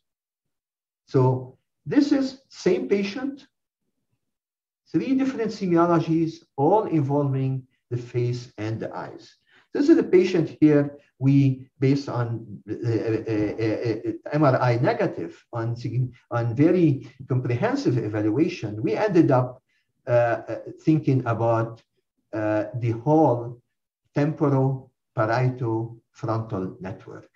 And we implanted that patient accordingly, the eye field, the frontal ventral frontal area, and the opercularis region. So this is the implantation, and what we found is this: the seizures are coming from the basal temporo-occipital region, fusiform gyrus. Patient had resection, and he's been seizure-free. So all of the semiology was very frontal. The epilepsy was temporo-occipital, basal temporo-occipital. Again, so the point here from this talk is not to be comprehensive, because we cannot. It is to basically highlight the fact that the clinical semiology may be the tip of the iceberg. In order to understand it better, we really need to look at the subcortical deep connectivities, and to understand them better. The semiology, it is a phenomenal anchor into coming up with a better hypothesis that will explain all of the possibilities. This is not new. This has been described by the team of Banco and Tellerac from the 1950s. And this is one of their writing from 1992. And I'm gonna read: the area of the ictal onset, otherwise may be called epileptogenic zone, could be the one corresponding to the first clinical sign, or, which is very important, may be a spread area from a clinically silent ictal onset zone within a functional network. And that is where I think combining our knowledge of the functional anatomy with the connectivity, with a very good analysis of the clinical semiology, we can resolve many of these cases based on simply something that is really cheap and attainable for anyone. My last slide here, how I'm gonna put things together, how we put things together. When we are dealing with MRI negative epilepsy, and this is the challenge, MRI positive epilepsy, we know how to deal with it much better. MRI negative, suspected to be frontal lobe epilepsy, we do, and this is here, this is our setting. It doesn't mean it's going to be any other setting. We do more evaluation, more tests on these patients than others. We do an ictal SPECT if we can. We do a magnetoencephalography study. We do a positron emission tomography PET study. We use quite a bit the multimodality correlation, and I think this will give us in the three-dimensional space an idea what may be going on. And then based on that, if we can come up with a strong network hypothesis, we implant. If not, we do not, because these are the cases where they can be very misleading, and we may do more harm than good to the patients unless we have a good hypothesis and we're able to implant the patient in a safe environment. That's all what I wanted to say. I thank you for this opportunity. I hope I did the job that you asked me to do, which is to highlight the importance of anatomy, but anatomy in the context of connectivity in order to analyze seizure semiology. Thank you very much, Professor Najim. So wonderful talk, and so you beautifully associated with the fiber network and semiology, and so you really help we deepen our understanding of frontal and extrafrontal network and semiology. Thank you very much. And before we go to the Professor Dimitri Saletti's lecture case presentation, we accept some the questions and answers from faculties and also audiences. Is that okay? So okay, so from faculty. May I ask one question? Sure. Yeah. Thank you very much, Professor Najim, for the extremely fascinating talk. I'm very impressed by your the comprehensive talk. my question is that you clearly show that so fascinating complicated network occurring within the brain. So this data presumably arise from the MRI fiber tractography. So in case of the fiber tractography, I personally feel that may contain some sort of excitatory long tract fiber, which is presumably excitatory function, but some of them may make that the presynaptic inhibition. So although the neuron connection in itself is that the excitatory, but some of them may deserve for some inhibitory function. So I just wondering that all of them may belong to that excitatory, while part of them may belong to that inhibitory function. So if it is so, is there any way to know that what is the percentage, or what is that the balance between the inhibitory and the excitatory in the final function? That is my questions. Wow, yes, beautiful question. I don't think I have the answer to it because I'm not sure we know or we have a good way to measure it and then to make this quantification. But I think there are some caveats to, obviously, big caveats to DTI by itself, diffuse intensity imaging by itself, to map these networks.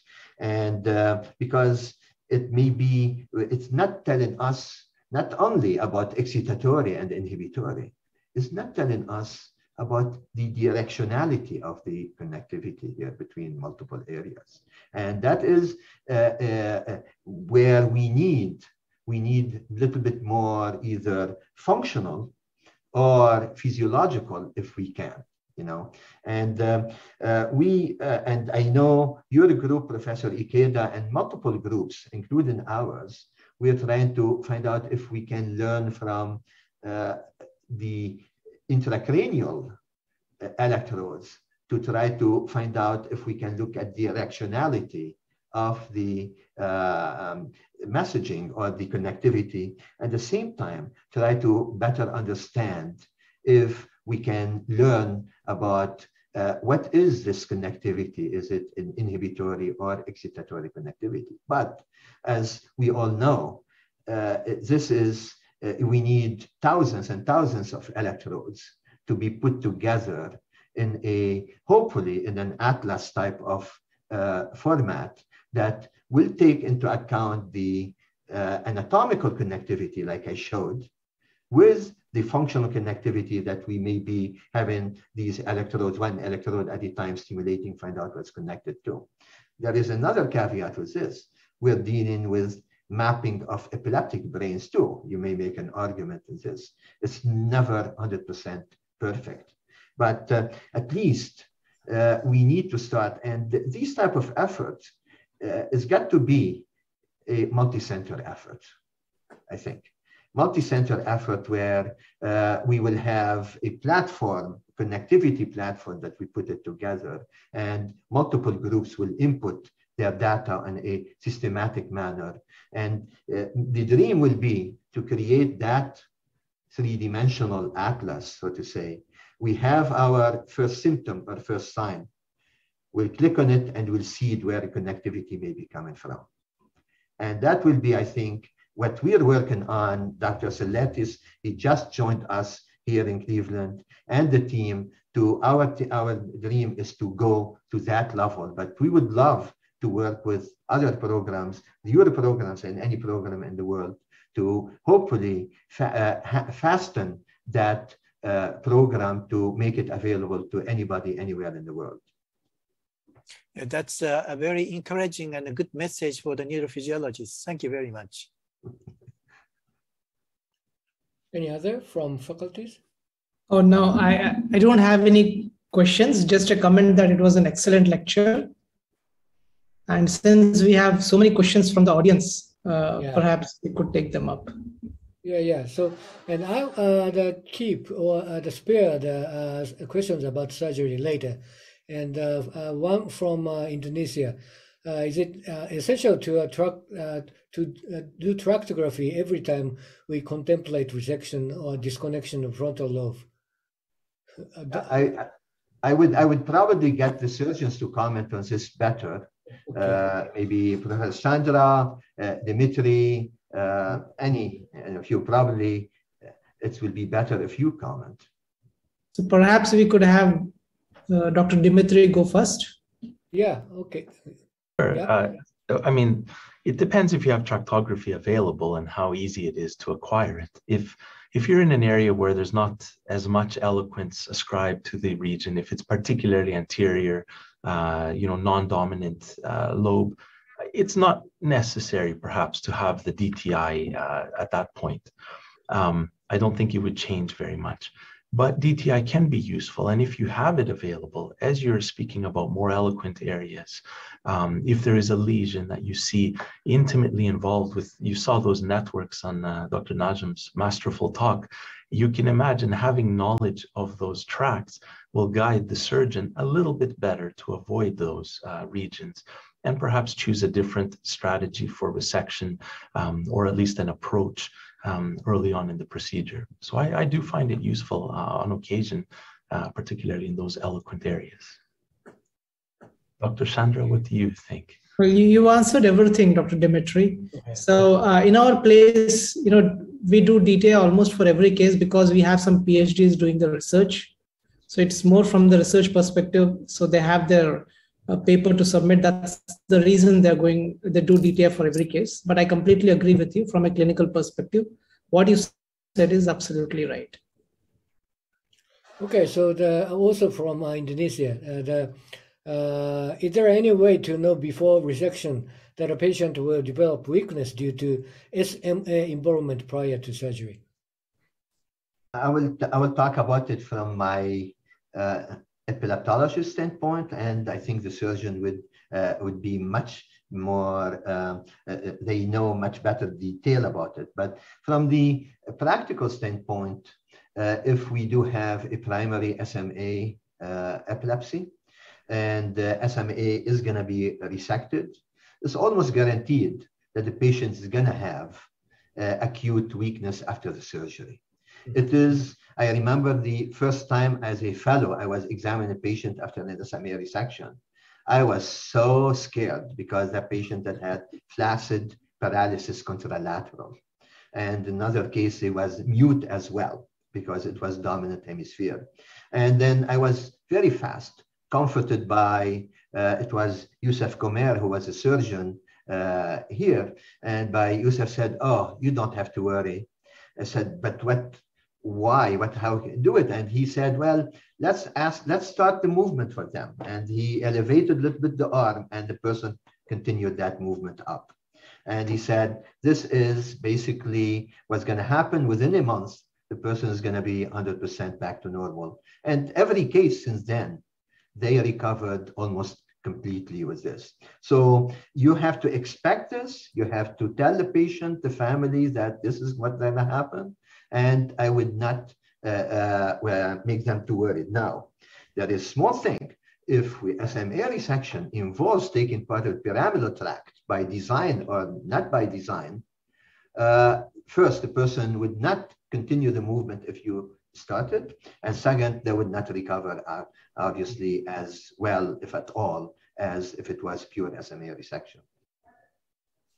Okay, thank you. And maybe last one. Do you have any recommendation about a good book about on connectomics? But maybe he means the fibers. Yeah. Yeah. My readings, I've always been impressed by the writings of Katani. He has multiple papers in every year between 2012 and 2017. There was a special issue in the journal Cortex. And I strongly recommend these as a start. Okay, thank you. And other questions about is more directly about surgery. So maybe we'll take them after Dimitri's lecture. So please, so next lecture is a case presentation by Professor Dimitri Sauletis, the associate the staff, the Charles Shaw Epilepsy Center, Cleveland Clinic. So please start, Dimitri. I hope my slides are showing. Yes. Okay, It's okay. wonderful. Okay.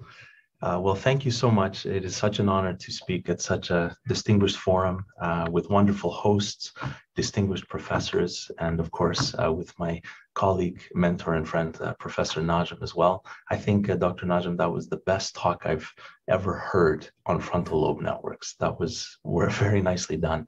And it's very relevant to the case that I will show here. To preface this, I was asked to present a fairly simplistic case and to talk about the surgery, because this is more of an introduction into frontal lobe surgery, and you'll see some pearls that I hope to share with you all now too.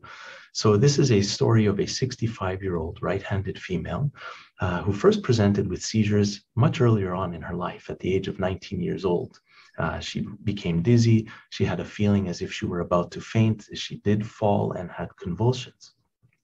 This was all in the context of pregnancy at that time, and she had 4 or 5 such events and was started on some anti-epileptic medications, and they stopped. And after her pregnancy, the events resolved, and she was stopped on her medications, and she was well for another 40 years until more recently, the age of 60. And at that point, she was having what her family was describing as events where she would wake up out of sleep, sit in the bed, and fall with convulsions. The first event was so bad that she had to go to the hospital. She was briefly intubated for a very prolonged period of stupor, and she was started on lamotrigine, for example, and then she went on to have multiple recurrences over the years and was transitioned through several additional anti-epileptic medications. Her past history was non-contributory. She had some left-sided sensorineural hearing loss, some benign vertigo, and a non-contributory family history. By semiology, again, by history, from what the family was describing, she was experiencing staring spells, dialeptic spells, or absence type seizures, episodes of wandering or forgetting tasks. She had some mouth and oral automatisms and some facial expressions, also some spitting and lip smacking. And some of these features relate to Dr. Tripathi's case as well, if you'll recall some of those early features we were seeing in that young boy. Most of her events were occurring out of sleep, trying to get out of bed, and then she would fall and slump over and have a generalized seizure event. In the EMU, some of these events were recorded and captured, and they were described as periods of unresponsiveness when she was awake, and then she would have a clonic movement of the face or the head, a little bit of head version, and the left arm involvement as well. Her scalp EEG, and I have the descriptive summary of these EEGs, includes intermittent, slow, generalized activity with single right frontal sharp transients seen in this region, possibly suggestive for an epileptiform discharge. On her video EEG, there were interictal and ictal events described. From an interictal standpoint, she had a very continuous slow, evolving into an intermittent slow pattern, mostly on the right hemisphere, and then eventually merging into the right frontotemporal area.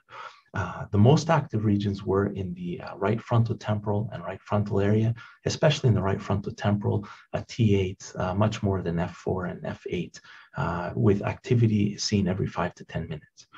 From an ictal standpoint, she had several events that were captured, and her EEG was summarized as regional right frontotemporal with frequent evolving sharp waves, mostly right temporal again, T8 max followed by F8.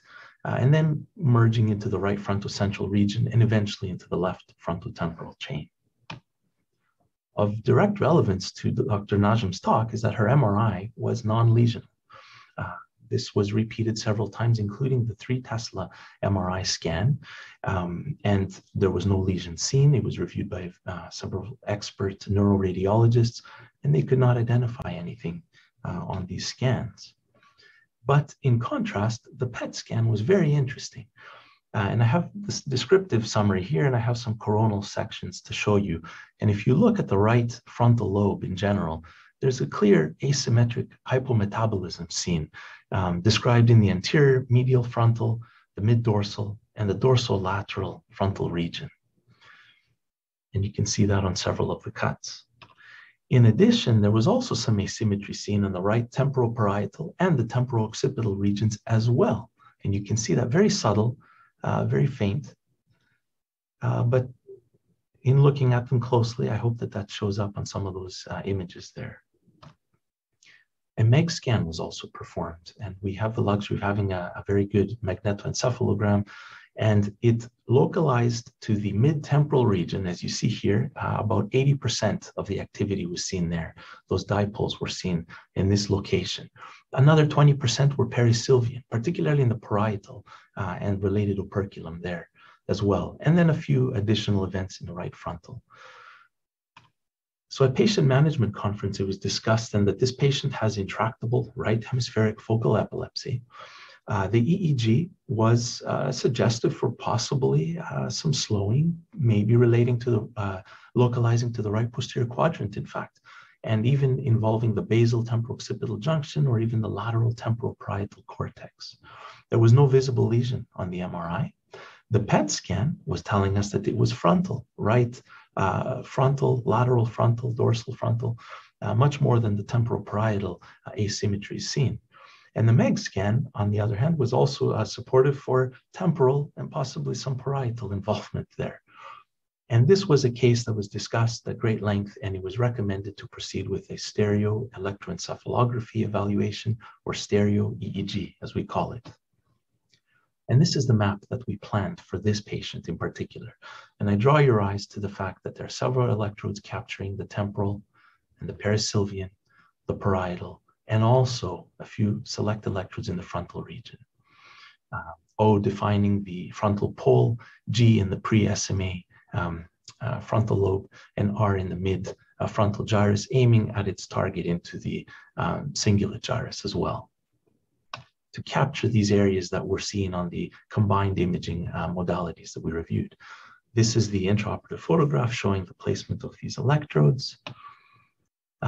This is performed with robotic guidance at our center. You can see the electrodes themselves as they come up to the midline, very nice placement, straight, linear. These are the things that we look for from a technical standpoint in the operating room to ensure a very satisfactory implantation. We also attempt to place these orthogonal as best as we can. It's a convention established by the French school who proposed this methodology and set it forth. In reviewing the findings from an ictal standpoint, several seizure events were captured with clinical symptoms, and they all involved those select electrodes identified for you. And I'll show you a map on the next slide. The frontal pole, the pre-SMA region, as well as to a lesser extent, the slightly more posterior electrode in the midfrontal gyrus, targeting the cingulate, but on the lateral aspect. And there were several additional events in which there was no clinical sign that mirrored this pattern as well.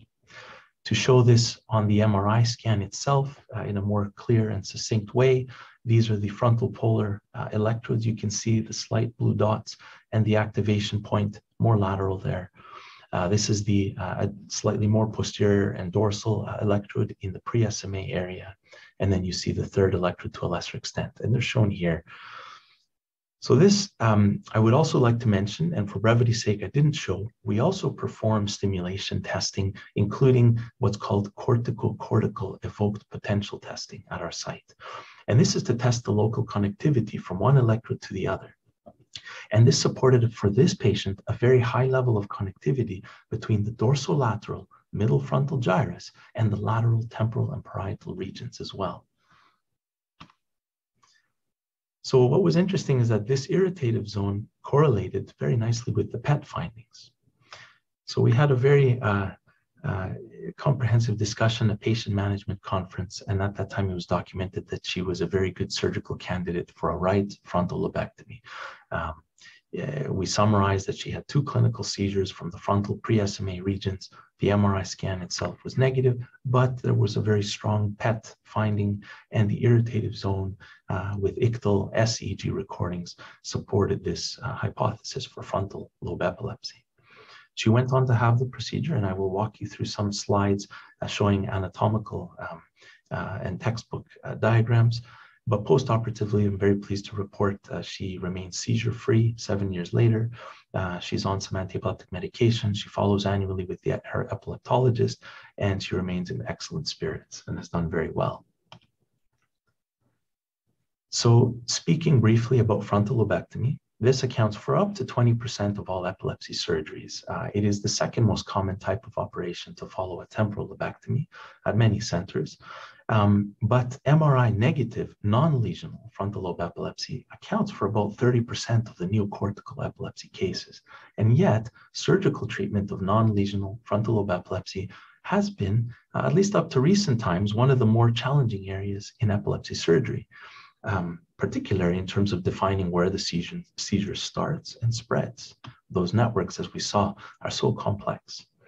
Dr. Najim showed wonderful slides which outdo the illustrations that I have here, but given the nature of the talk and who is maybe watching out there, I have included some excellent references, textbook references, video references as well, which hopefully highlight and can walk you through this procedure as well. It is very important, though, to know the anatomy. And for the aspiring surgeon who will tackle a frontal lobectomy, there have to be real considerations for learning the cortical topography, the subcortical circuitry, including the white matter tracts, the lateral and the mesial structures as well, and of course, the vasculature also, as you will encounter this and use these as landmarks to guide your resection. The white matter tracts are very important to understand as well. We heard Dr. Najim's excellent talk. To summarize it in simplistic figures here, you have the superior longitudinal fasciculus, the inferior frontal occipital fasciculus, the uncinate fasciculus, and the arcuate fasciculus, the cingulum, the corpus callosum, and we heard very nicely about the frontal aslant tract as well. And this has implications not just from a resective standpoint, but also for those who are looking at implanting electrodes, whether they are, stereo EEG electrodes, as I showed you, and specifically keeping in mind that you are trying to sample some of this activity as well. From the surgical steps standpoint, and again, I have some excellent references at the bottom. We keep the patient typically in the supine position. Some surgeons like to have the head slightly turned to the contralateral side, 20 or 30 degrees. The head is kept flexed. Not too much flexion, though, to obstruct the venous outflow, but keeping the head slightly higher so that it will promote venous drainage. It's helpful if you have navigation to register at this time. This can be very useful, particularly when you're starting out, but even for the more experienced surgeons, just to find some landmarks and use it to guide your trajectory as well for the disconnection. The skin incision takes the form of a curvilinear bicoronal incision. Some people like to use a large question mark, and that's fine too. I like to keep the bone flap on the midline along the superior sagittal sinus, and this allows for easier access to the interhemispheric fissure. It also allows for control over the sinus as well, but having some visualization of the anterior cerebral artery and the branches as you come down for the mesial disconnective part of this procedure can be very helpful. Anteriorly, you try and avoid getting into the frontal air sinuses as well. This can increase the infection risk.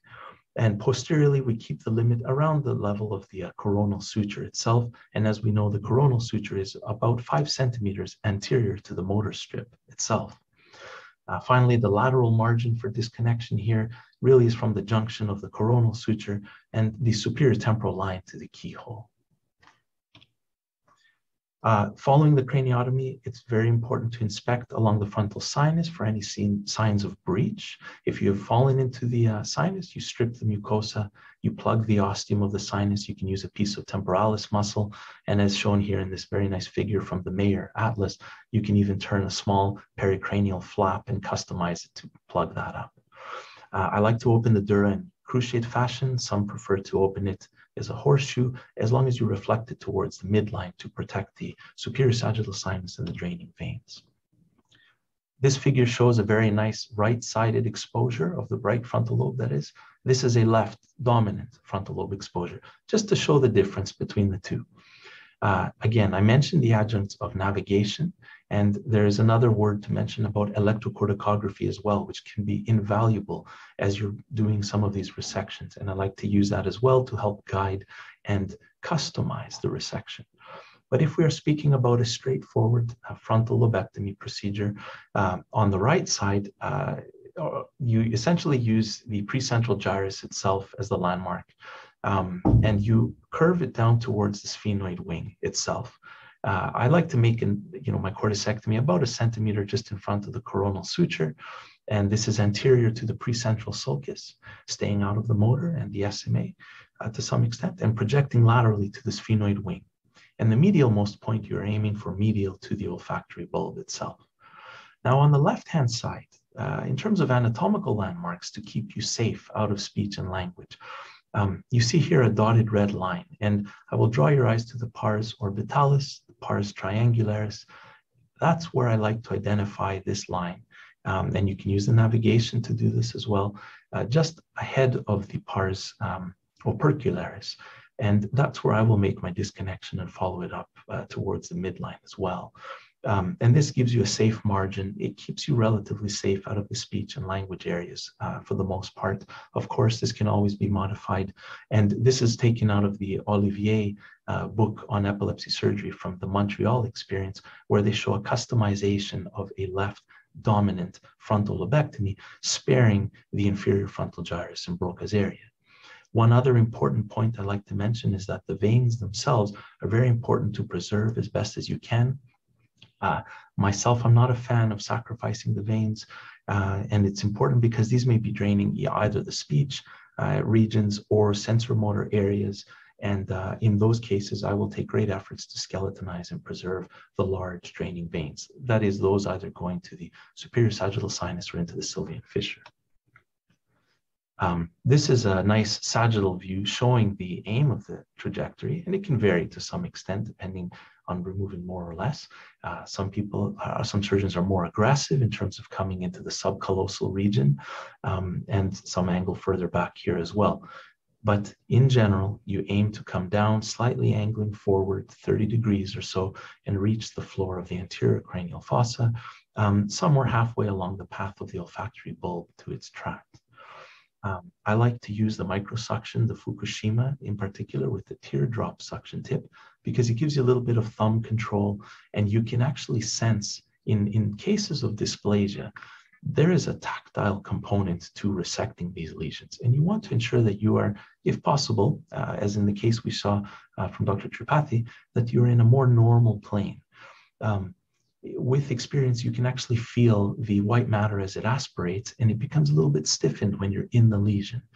And you follow this down, keeping this trajectory, using your navigation if you have it available. Surgeons are split in terms of using the microscope for this procedure, but to be honest, I like to do it with microsurgical loops as well, using a headlamp for very nice illumination. And that is perfectly fine and keeps you safe, and you can see what you're doing in this way. Ideally, you want to stay out of the lateral horn, the lateral ventricle, the frontal horn of the lateral ventricle itself. And if you do encounter that, you can plug that with a piece of Surgicel and some Tacil. Now, on the lateral aspect, as you extend this resection, you have to stay within the subpial plane. And to the epilepsy surgeon, the subpial plane is the most important part of these resections that we perform. And this keeps you safe to avoid any inadvertent injuries to the middle cerebral artery and the sylvian fissure laterally. And on the mesial aspect as well, you can see here the aspiration goes right up to the midline. You can see the vessels there on the other side of the pia. But working within this subpial space, almost like a fine piece of cellophane, you can work very nicely and use that as a clear barrier. And in this case, they excise a little bit to come down lower, but I will keep that PI intact all the way down towards the basal region and then across. And you carry this disconnection out as a curvilinear corticectomy down towards the greater sphenoid wing. Towards the base, you aspire to have a view like this, where you can see the pia. You see the olfactory nerve itself as it comes back to the trigone. In this photo, you can see, in fact, an optic nerve underneath there as well. And this is the schematic showing those structures. And here's what it looks like when it is removed. You can see the slight opening into the ventricle, and I would cover that up in that case.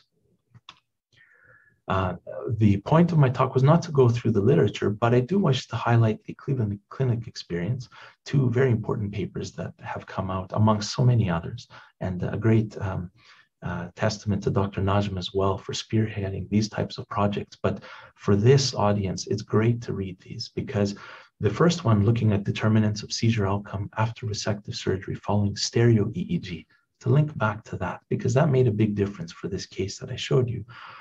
This paper reports 536 patients who underwent stereo EEG at the Cleveland Clinic, followed by resection. And they showed that the lowest recurrence rate of seizures occurred in the frontal and temporal lobe resections, with nearly 60% achieving seizure freedom at last follow-up. The results suggest from this paper that stereo EEG was equally effective in patients with frontal and temporal epilepsy, with or without the MRI-identified lesions. And that's very important to know, that we have come a long way towards identifying a focus in the frontal lobe using stereo EEG, even in MRI negative cases. The second paper, just to mention in brief words, looks at another very important aspect of this. And I wish I had more time to speak about what is the impact of this surgery on our patients. It's very important to also look at that from the patient experience standpoint. And to Dr. Bush, who reported this with many eminent colleagues, they reported nearly 50% of patients who underwent a unilateral frontal lobe resection for epilepsy as not showing any meaningful postoperative declines in cognition. That's nearly half of these patients. Another 42% demonstrated a decline in one or two limited cognitive domains.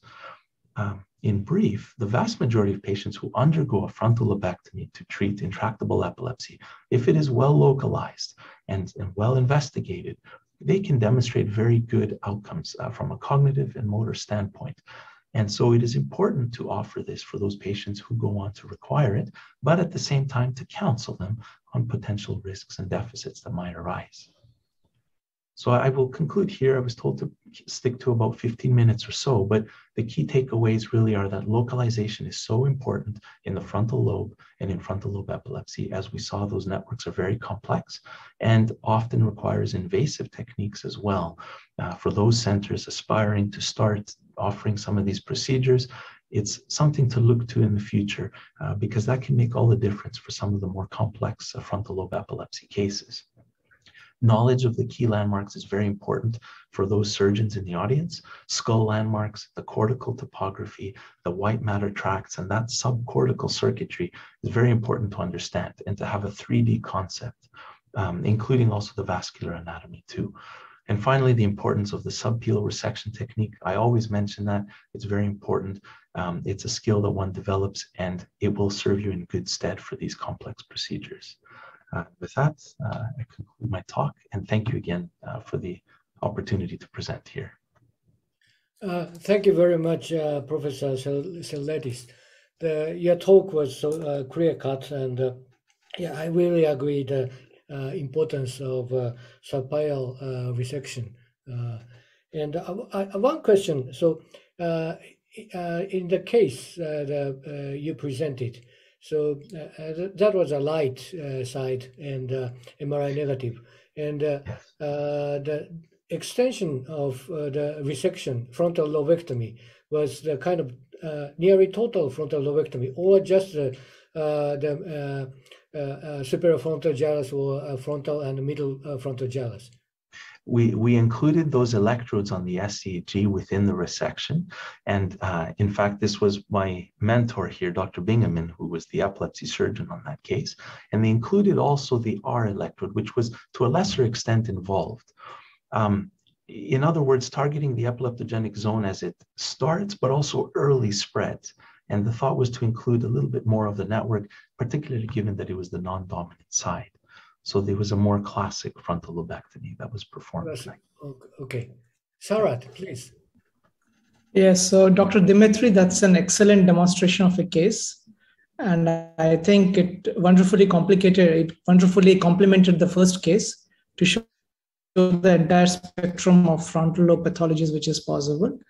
So my question to you is slightly technical. So did you ever consider doing a frontal lobe disconnection rather than a resection? That's a great thought. I mean, we're in an era where disconnection has become more feasible and more practical. I have not done simple frontal lobe disconnection, leaving the tissue in situ. But I think we're at an era where that is a reasonable consideration.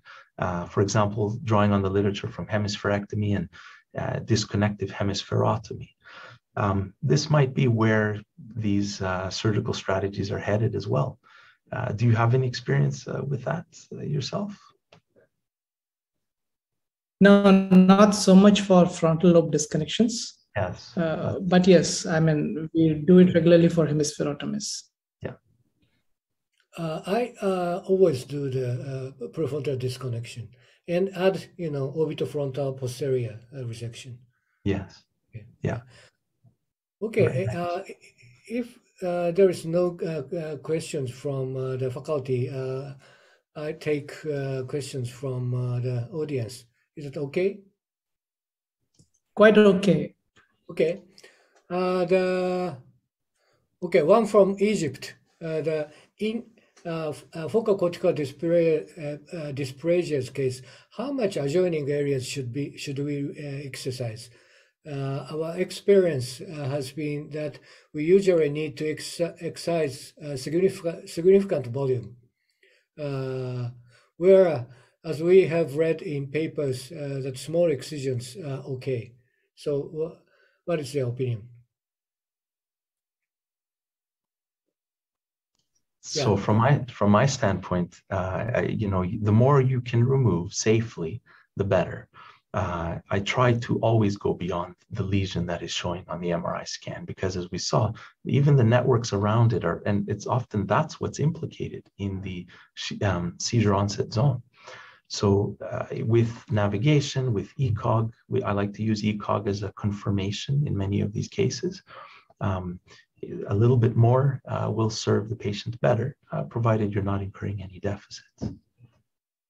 Okay, so, how about you, Sarah? So recently we have analyzed a paper where we did the whole brain volume analysis prior resection and after resection. And this was done by one of our PhDs for all the for all the cortical dysplasias.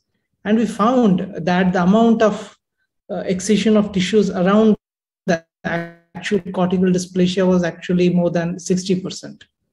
So the amount of resection we had to do was 60% more than the actual anatomical localization of cortical dysplasia.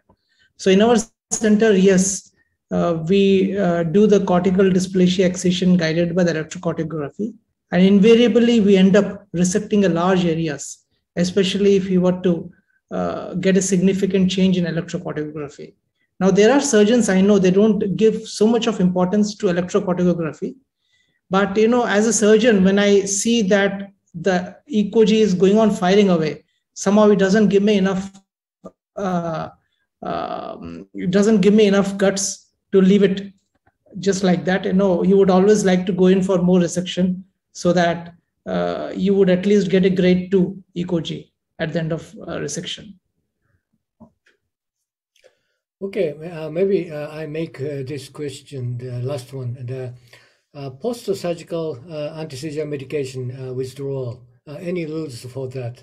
Maybe it is different for, lesional case and a non-lesional case, like, very wide network epileptogenicity case. So how about your opinion, Dr. Najim? This is a question that we don't have a general agreement internationally about when to stop medications and when to continue. I think, Professor Kawai, your statement about lesion, no lesion, I think it's a good start. It's a good start. And then I would have to submit that it depends on the pathology as well, and maybe the duration of the epilepsy. So pathology, for example, if we're dealing with a cavernoma, less than 5 years of epilepsy history, or a ganglioma, DNET, even FCD type 2A or 2B, short duration, patient seizure free for 1 or 2 years, EEG at 6 months and before you start medication doesn't show spikes, it is maybe prudent. It is good. You may be slowly decreasing medication. No matter what we do, we have to take it very slow. And usually I take 1 to 2 years to take them off. Now, other pathologies, for example, which make me extremely nervous, it is hippocampal cirrhosis. And in particular, because, I think hippocampal cirrhosis, unfortunately, it will be the last pathology that we are going to be tackling the failures, because it is most of the time bilateral, in particular when it's taken for the long duration of epilepsy. I saw the paper coming from India, 2 years ago, when you looked at how long it's taken from the diagnosis of epilepsy till the surgery. It's eerily similar to what was published before, to 17, 18 years. So it scares me to know that taking hippocampus, even if they're seizure-free, the other hippocampus may not be too happy. Now, this is counterbalanced by the fact, maybe somebody will give me pushback and say, well, anti-seizure medication, they are called anti-seizure medication now for a good reason. They basically stop the phenotype of epilepsy, but they do not affect the disease or the pathology of epilepsy. Very good argument here to be made that, do we really need any of these medications? Now, one small thing here, one medication, and I have no conflict here, medication levetiracetam, for example. Levetiracetam, when we looked retrospectively at our patients after surgery, and find out how they did based on what medication they are on post-surgically. We found that on the medication where there is maybe difference in the outcome, which is better outcome, are those patients who were on levetiracetam. Now, could we relate this to the effect on anti-kindling and the issue of epileptogenesis coming up? I don't know. But here it's a case to put the patient on the medication. So again, most of my patients, they are on a medication. If it comes to me and they tolerate it, I choose a medication will be levetiracetam. If it is a pathology with like cavernoma dysplasia, T2B dysplasia, and tumors, and they're seizure-free 1 to 2 years later, and they push in, I will stop medication. In women, more than in men, and particular women of childbearing age. So it's multiple factors. Okay, thank you. So how about you, Akio and John? Do you have any opinion? Look, Imad has highlighted some of the issues. Epilepsy surgery is done to stop seizures, not necessarily to stop medicines. And patients need to understand that even before we embark on surgery. And this is particularly relevant in patients on polytherapy. As Professor Najim has mentioned, our own practice is to be cautious, and I don't make any change to anti-epileptic medicine for a minimum of 6 months post-surgery, and then start to taper one, the least favorite of the patient, and then another, and then hopefully have the patient on a low dose of one medicine. However, our patients sometimes make up the decisions themselves. And so sometimes I'll see a patient a number of months after surgery and they've stopped all medicines and they're doing okay. And I'm not going to complain about that.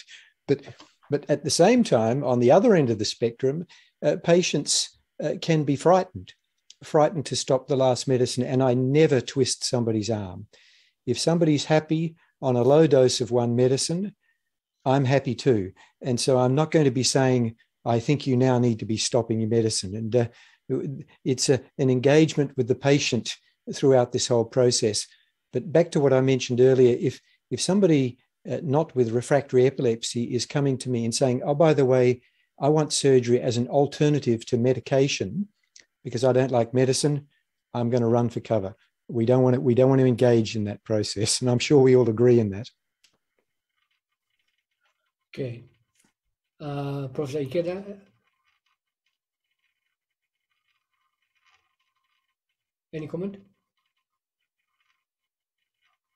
No? Okay. So we have some more questions, but time is running out already very late. So now I return the chair to Sarat. Is that okay? Thank you. Thank you so much, Professor Kawai, for moderating this excellent webinar. All of us really enjoyed. Now, before we close, I would request Professor John Dunn and Professor Ikkyo to give the final comments, and then we close. Look, firstly, I have to quote my father: "You stop learning, you die," and I've learned a lot from Dimitri and Imad, and I'm very grateful to you both for your skill and expertise. We know that for some patients with epilepsy, surgery delivers the best outcome, and we're not using it enough. And this is particularly the case in our region. And our region is very grateful to Sarat and Kenzuki for convening these wonderful symposia that are like chapters of an engaging book. I'm looking forward to the next chapter. Hopefully I'll have the opportunity to learn more from Imad and Dimitri. And this is allowing us to be educated by such a wonderful group of experts.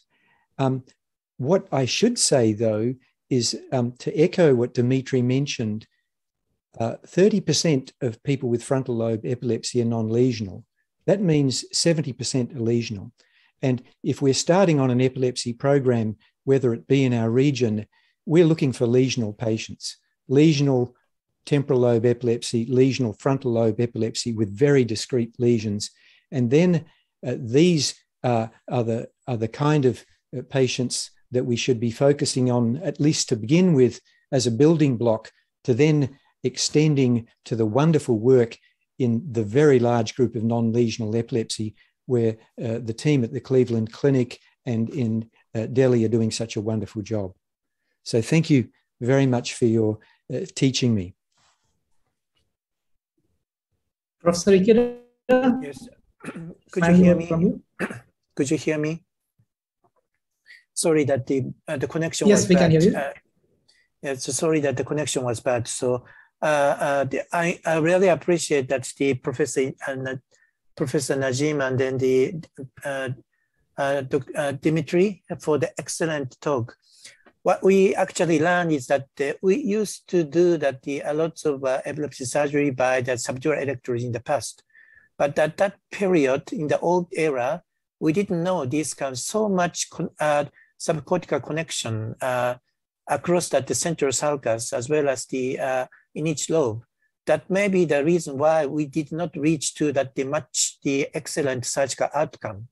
So once we know this kind of much more rich the connection across among between the lobes may explain, and then we could prevent us from the surgical failure reaching to the much better surgical outcome. So I learned a lot, and then these kind of things could bring us to the next new era for the good stage of epilepsy surgery. Thank you very much.